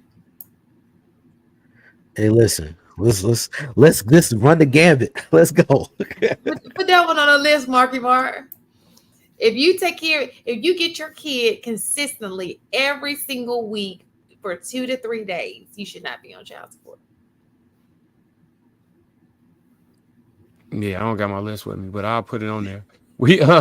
I really do think that it should be a list that people we use as a petition for each one of the people that come in to be able to sign if they agree with it or disagree, because that's really the next step. Once we identify the problem, the next thing is solutions, and we don't have to be circular about this is going on, it's still going on. You can try and solve for it. But I also believe that if you don't want to be an involved parent, I think that absence you should already. I think you should mandatory for man. It should be mandatory that you forfeit your rights. No show. Hey, that sounds Automatic pretty good rights to me. forfeited. If you're not gonna take care of the child and you're not gonna pay child support, what rights did you have to the child? Yeah, I also think one of the amendments could be if you are vehement against the child prior to birth, then you have zero rights voided. Like prior to birth, though. Like in a situation where somebody get pregnant and you told them that you don't want the child, if they go through with it, you are not on the hook for anything moving forward. You say what now? A situation where someone didn't want the child, right? Mhm. And you get pregnant and they move forward with it, they are 100% solely responsible because you've already made your stance. I feel like I think that you should have a right that if you do not want a child, you can sign off, which means you cannot walk back in this kid's life just because you feel like it. No more than an adoption. You have forfeit your rights. Be gone. So I do not. That's how I feel. I really wanted to go in on the ladies tonight, but I don't believe in financial abortion when you created the child, when you know what your sperm does to a woman's womb. When you know what can happen and you didn't take proper steps to ensure that it doesn't happen or increase the likelihood that it doesn't happen, and a woman wants to have the kid, I don't believe that you should be able to financially abort the kid, regardless of your stance. Period. Like once you have put your seed in her ground, it's up to her on how it grows. 150%. Your job as a man is to put the seed in the proper ground. Period. Point blank. Full stop. Like I will never flex on that. Now, I do believe you need to confirm that is your seed that in fact grew into that is no longer a seed that tree came from. I do agree with that. But at the same time, when it is confirmed yours, it is your responsibility to take care of that child, regardless of what that looks like in a court situation. I'm about to make y'all real mad. So when no, I was saying you would be relieved of that. AP, we weren't agreeing with the same thing. And I have my reasons for that. But I do agree with you, AP. I do. But I think that my concern is people who come in and out of lives, right? I think that does just as much damage as if you were if another man comes into your life and he wants to take care of the kid as his, that's more healthy than a person who comes in and out, empty promises. That's the reason why I had it's nothing like a person who's showing you they don't want to be involved with you. Like, imagine that being on a kid. You know what I'm saying? And so that's the reason why I said it. Because most men who want to be involved with their kid, you say that, they're going to be involved with their kid. They're like, you know what? No, I want my kid. But it's some people who show that they don't want their kid. And to me, just let them go. And then they come like, oh, no, I'll do it. And they'll be it for a weekend and then be missing for 3 more months. Like, that's not okay. I agree with that, but to me that doesn't release that doesn't release him from his financial obligation. So I agree with you, but he still has to support in some way the growth of that child. Now, if a man comes in and says, "Hey," tells this woman, "I want to adopt a kid," and she propositions the baby dad, like, "Yo, I got somebody that's real. I want you to sign over rights." I think that he should. But she must also understand he's no longer held to any financial obligation once he does that. And you know what? The thing about it too is, never mind. I just never mind. I don't even want to get into the nutshell. Just what I found is when I looked at a census report when we talked about child support, the men who are getting the hardest are the ones who are involved, right? Usually the divorce proceedings, it was a part of the agreement when you got a divorce. Those are the men who are really paying the most in child support. And then they have the like on the weekend or every other weekend or whatever it is, right? And then you have the guy who is involved, who may not have been married, but he's still involved. Those are people who are getting hit the hardest. The men who are getting away with murder are the deadbeats. So the ones that pop up every now and then, they ain't paying child support. It seems like 44% of people are really paying the full child support. And so at that point, it's just like, what are we doing here? And that's the reason why I had my view on being able to just say, he ain't here. He's been absent for 2 months. He don't mean as well. Let him go. Can somebody put up that last comment by what's his name? By Truth and Reality, where he says if a woman can delete. Look, this is what I'm talking about. Once you put your seed there, what she does with your seed once it's there is up to her. Regardless of what you want, you have officially put your property on her property line, which means she can do whatever she wants to do with it. And you understand this going in, and unfortunately for the people who want their tree to blossom, you put it in the wrong soil. You picked wrong. You put it in a woman that didn't want anything to grow in that garden. You did that as a man. Your choice, your call, your decision. If it wasn't your decision, then you have to explain that one out to me. Maybe you should put hot sauce in the condom. That's all I can think of. Like you have to understand that there are consequences to every single action. I get the argument. She can let it. She can even give it up for adoption. Not if you're not in jail. Well, AP, like I I think understand the This argument. for me. Not me. You live 8 hours away. Absolutely not. It'll still be here 8 hours down the road. Come on, HD. Come on. Hell no. But AP, I think it's a little unfair because let's think about it like this. You know, the child is the biological, you could say like, the child comes from the father, right? And I agree with you. Legally, once that seed goes into that woman, into that vessel, right? She has became essentially a vending machine that you put the money in there and you're waiting for that money and the item that's in that vending machine to pop out, right?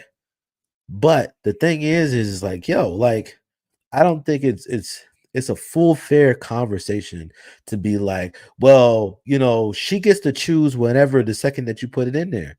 I don't think that's fair because of the fact of the matter is that, listen, like, if he wants to have that kid, right, and she doesn't, she can get rid of that kid the second that she wants to. Now, I understand what you're saying as far as the responsibility portion, and that if you want the best outcome, you want to put the seed in something that's actually going to hopefully give you a return, right? Obviously, you put your seed in some place that isn't going to get you a good return because she don't want to have that baby, and she either going to keep it for herself or she going to get rid of it before it actually becomes a full child, right?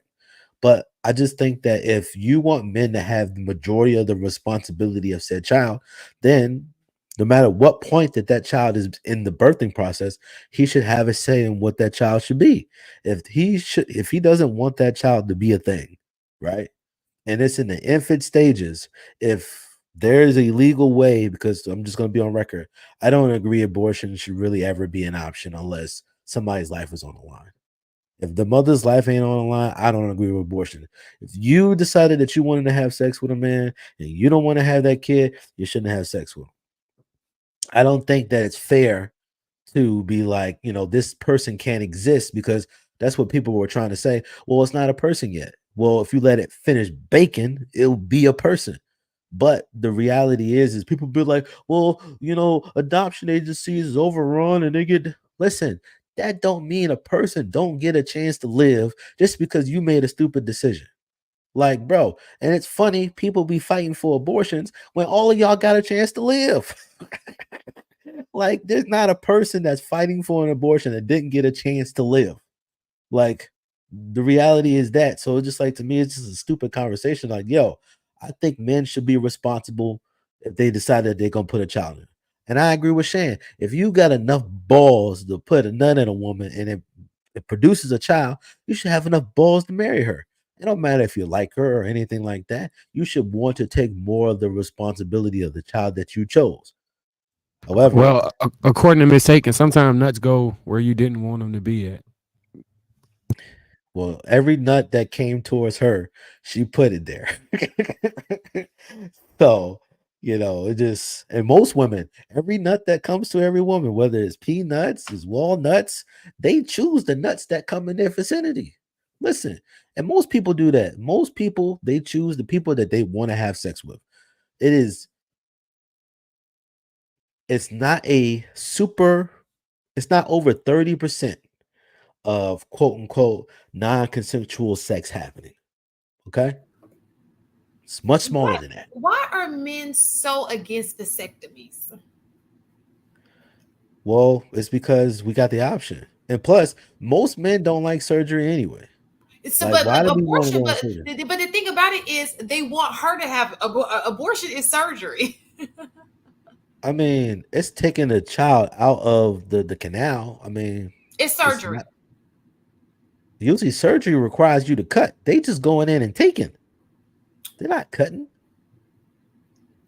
They take the little forceps and they So go into the canal and they just grab the live person and then they pull it out.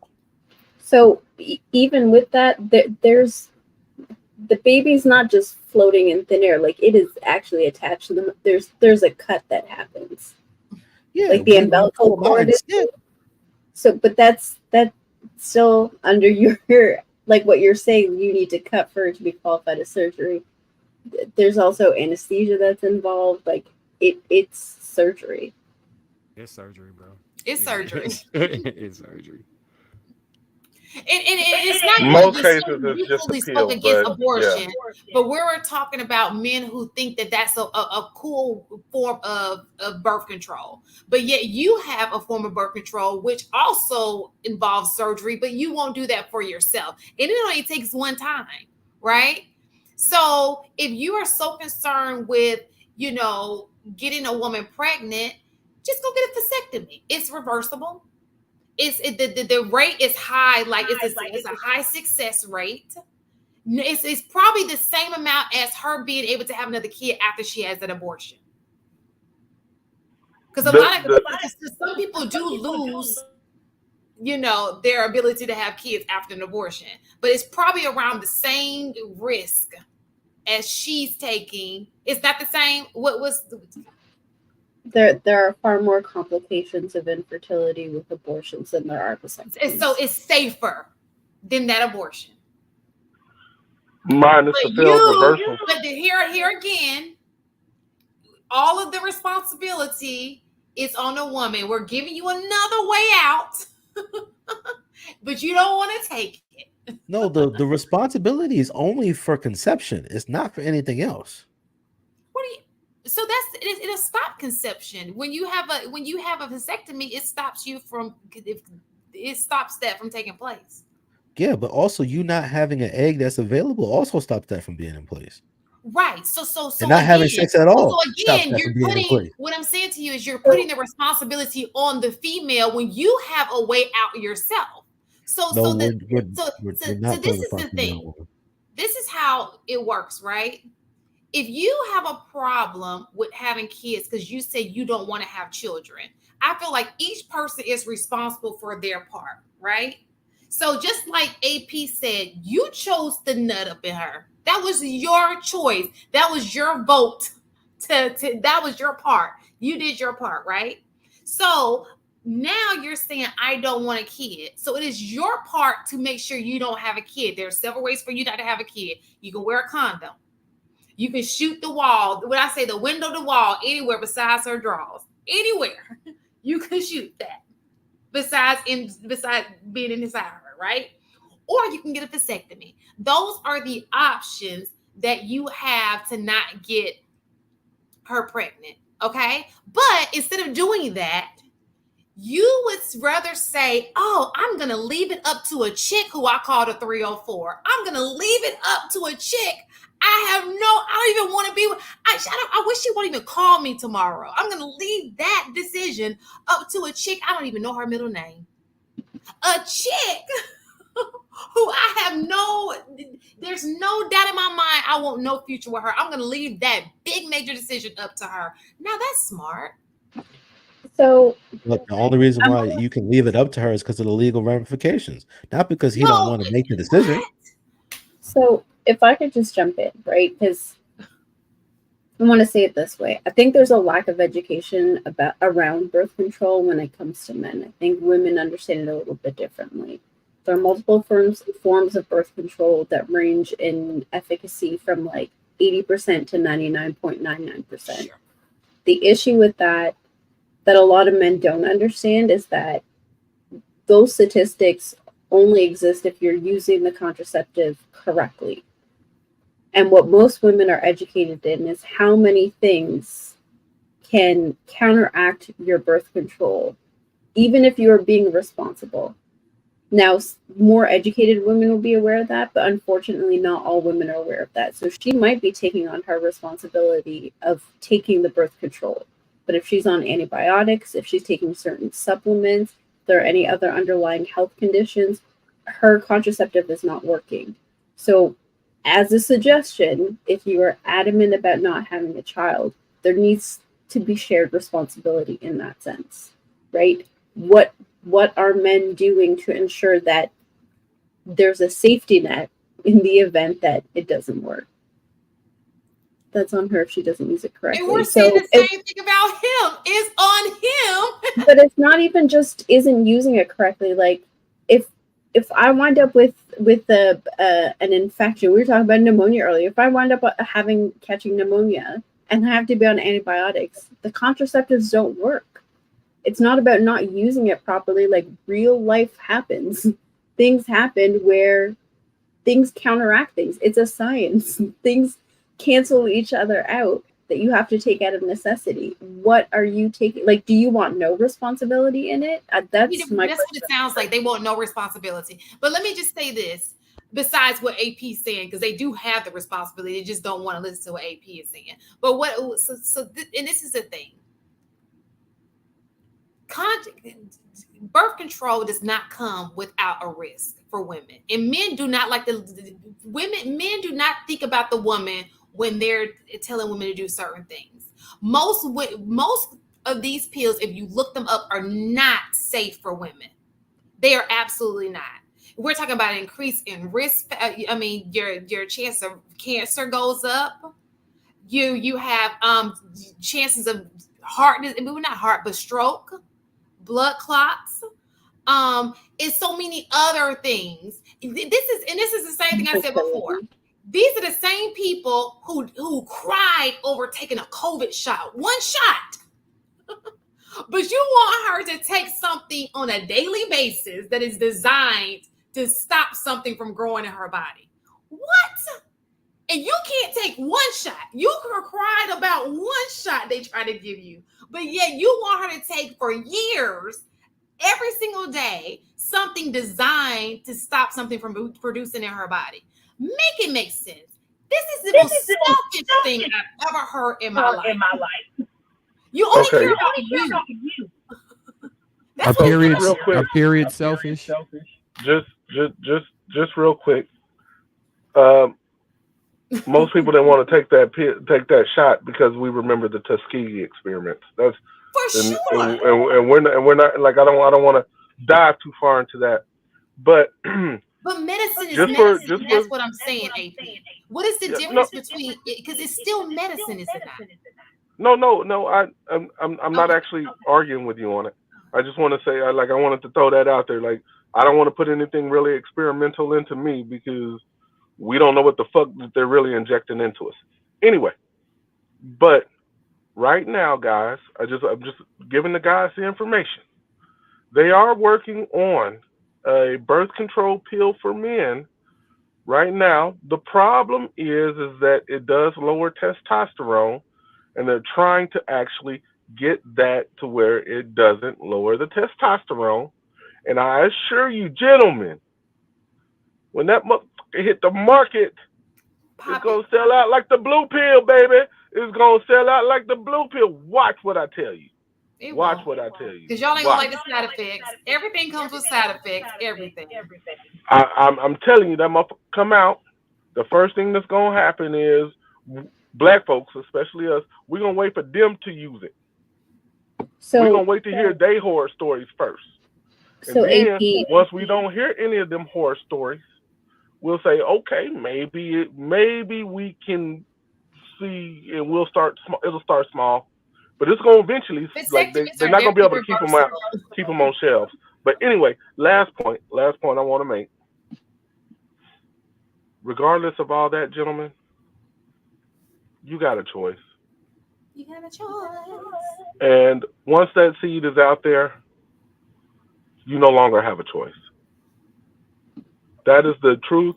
That is the bottom line. There's no law that's going to fix that because that is just the law of nature. Once your seed is out there, what happens is what happens. What she does with it is what she does with it.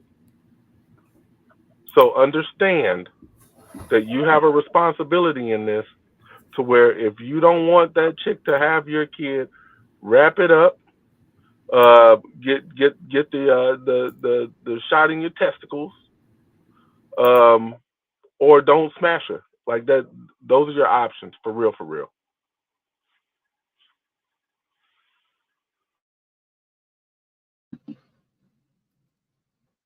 Yeah, So- Inaz, you about to say something? yeah. Let me read these three super chats real quick.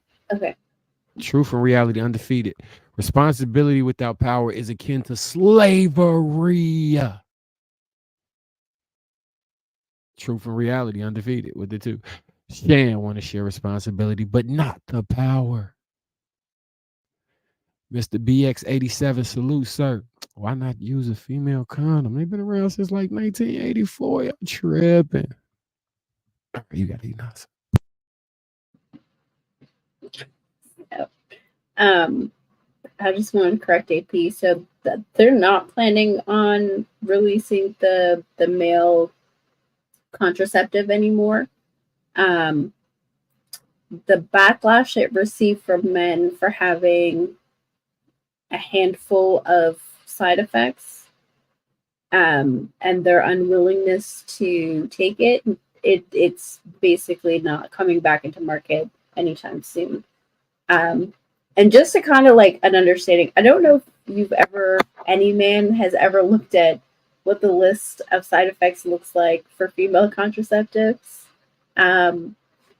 It's like an engineering sheet, and it's front and back.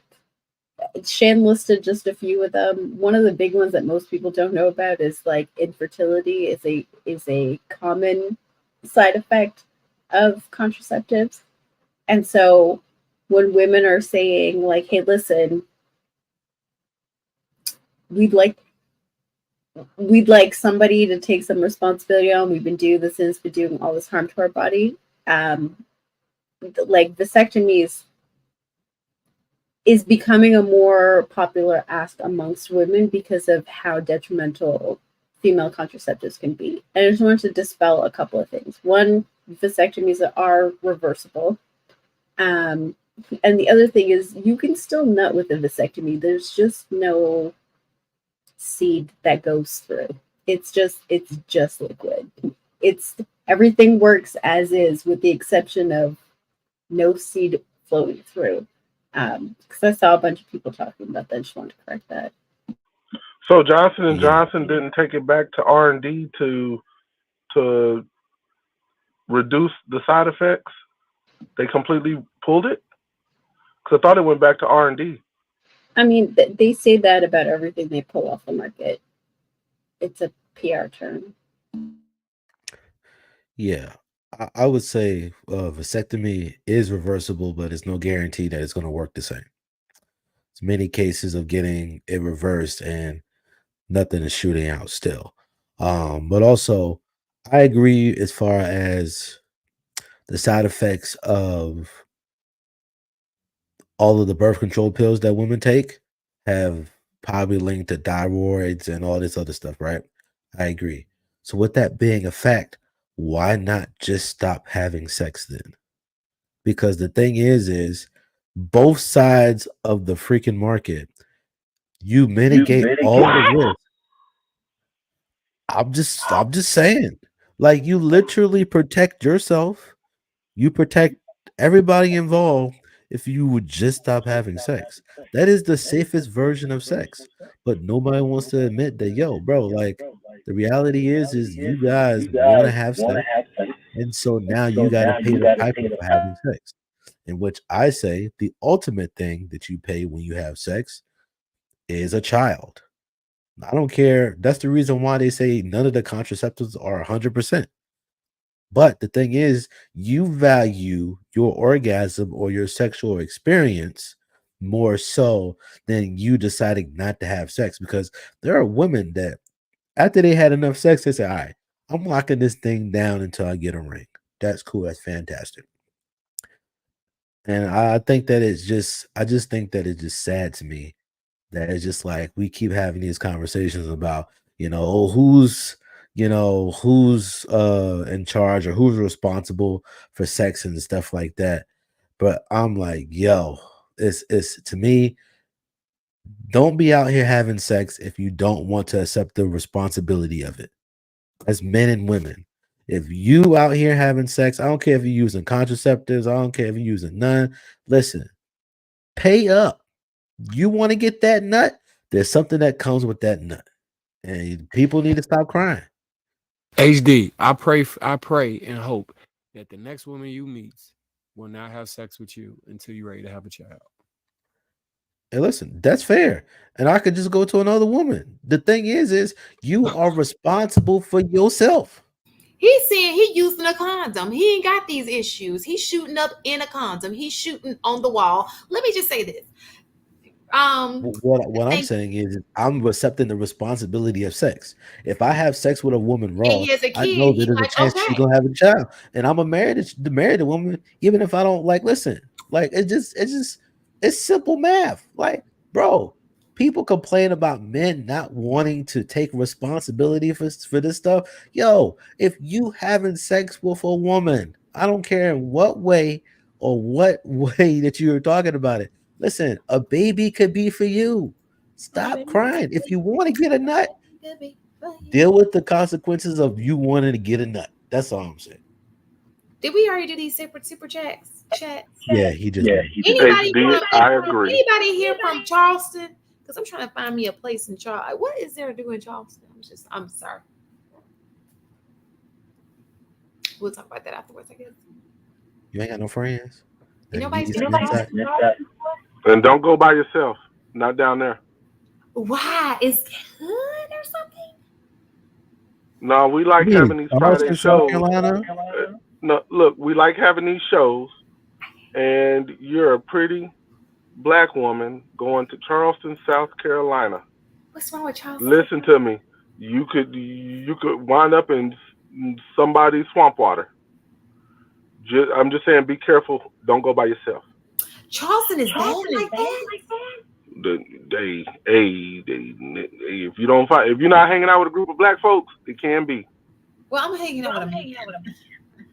Oh no, like I said, you're not going by yourself, so it's all Yeah, good. I'm by myself, but I still don't want to No, drive if you into got a dude, the only thing that'll happen is he might get popped with a shotgun. It'll be okay. What? You'll be able to go home.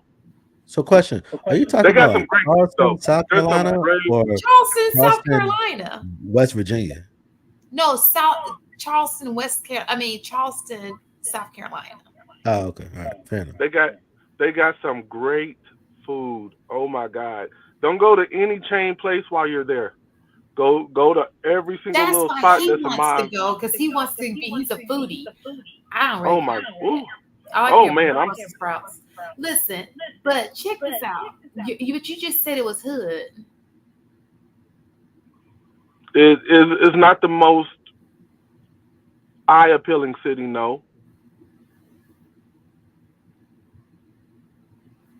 It's either that or New Orleans. New Orleans is the spot, but there the niggas shoot you too. Mm. Sorry, y'all. I just took a break. For the record, I love New Orleans. New Orleans is awesome. Awesome. Period. It's a fun city. Great nightlife. Great music. Phenomenal food. Can't go wrong with New Orleans. Okay, somebody say North Charleston is the hood. So what part of Charleston is not the hood? Fifi, can you help it? Can you help us, sister? I've been in New Orleans before, but it was when I was in high school. I cheered halftime at the Sugar Bowl. Yeah. There are some decent spots. I mean, I would go to New Orleans over I've been Charleston. to in South Carolina. You would go to New Myrtle Orleans Beach. over Charleston? You said downtown, so downtown Charleston is the best place if we go. Because I'm a museum person, and I kind of wanted to see some of the museums in Charleston. So that's the reason why I want to go to Charleston. Definitely rich in history. Mm-hmm. Yeah, the only place I've been to in South Carolina is Myrtle Beach, and did you enjoy it? One of the dirtiest, nastiest beaches in America. But do y'all got anything nice to say about South Carolina? Let me tell you a story right quick. So I was young when I went to to South Carolina and Myrtle Beach. I was probably like middle school, close to high school, right? And I was first introduced to Black Bike Week. If anybody's been to Black Bike Week, there's a lot to see. Week? No, Black Bike Week. Oh, like all the bikers actually. The bikers. Okay, gotcha. That's pretty dope. For real. So understand, I got experience to some things that I never saw before. And I was given a camera, and I should not have been given a camera, because I filmed everything else besides my parents, because my dad he has a bike, and he had my mom, and they was riding, and she was like, "Get us," and I got everything but my mom. That day, they found out how much I like a posterior that day. A lot has changed on Bike Week over the years down there, but it's still pretty dope. If you ever get a chance, go to there's a rally in Orlando, Florida. Dope as hell. Dope. Super duper duper dope. Then there's also Bikes, Blues, and Barbecue in Arkansas. Super duper dope. I like all my homeboys ride, so I get to experience shit. St. Louis, if you don't get caught on the wrong side of town, their Bike Week, dope. But anyway, go ahead. Yeah, I actually want to get a bike in the near future, because my dad rides, but I've been increasingly wanting to get a bike. I don't want a cruiser, but I don't want a super crotch rocker. Like, I don't want to be laying down on a bike. I want to still kind of be comfortable. I want a sports bike, but I don't want a crotch rocker. How much experience do you have riding? 0. Those things are dangerous. So you want to start off on something small but big enough for you. We'll have that conversation offline. I got you, dog. My guy. I hope my son ain't never into stuff like that. Are you still going to DC?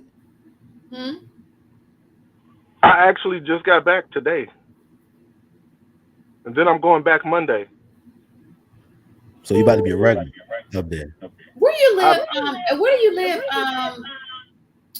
AP? Best place to say it is Charlotte, but I'm right outside of Charlotte. How is Charlotte? Should I go to Charlotte? How's Charlotte? Oh, I'm sorry, I heard something outside my car. New Orleans or Charlotte? New Orleans. oh, How about New Orleans or Nashville? that mongoose is about to get him. Why don't you just Listen, go in New the Orleans. New Orleans will definitely beat out Nashville.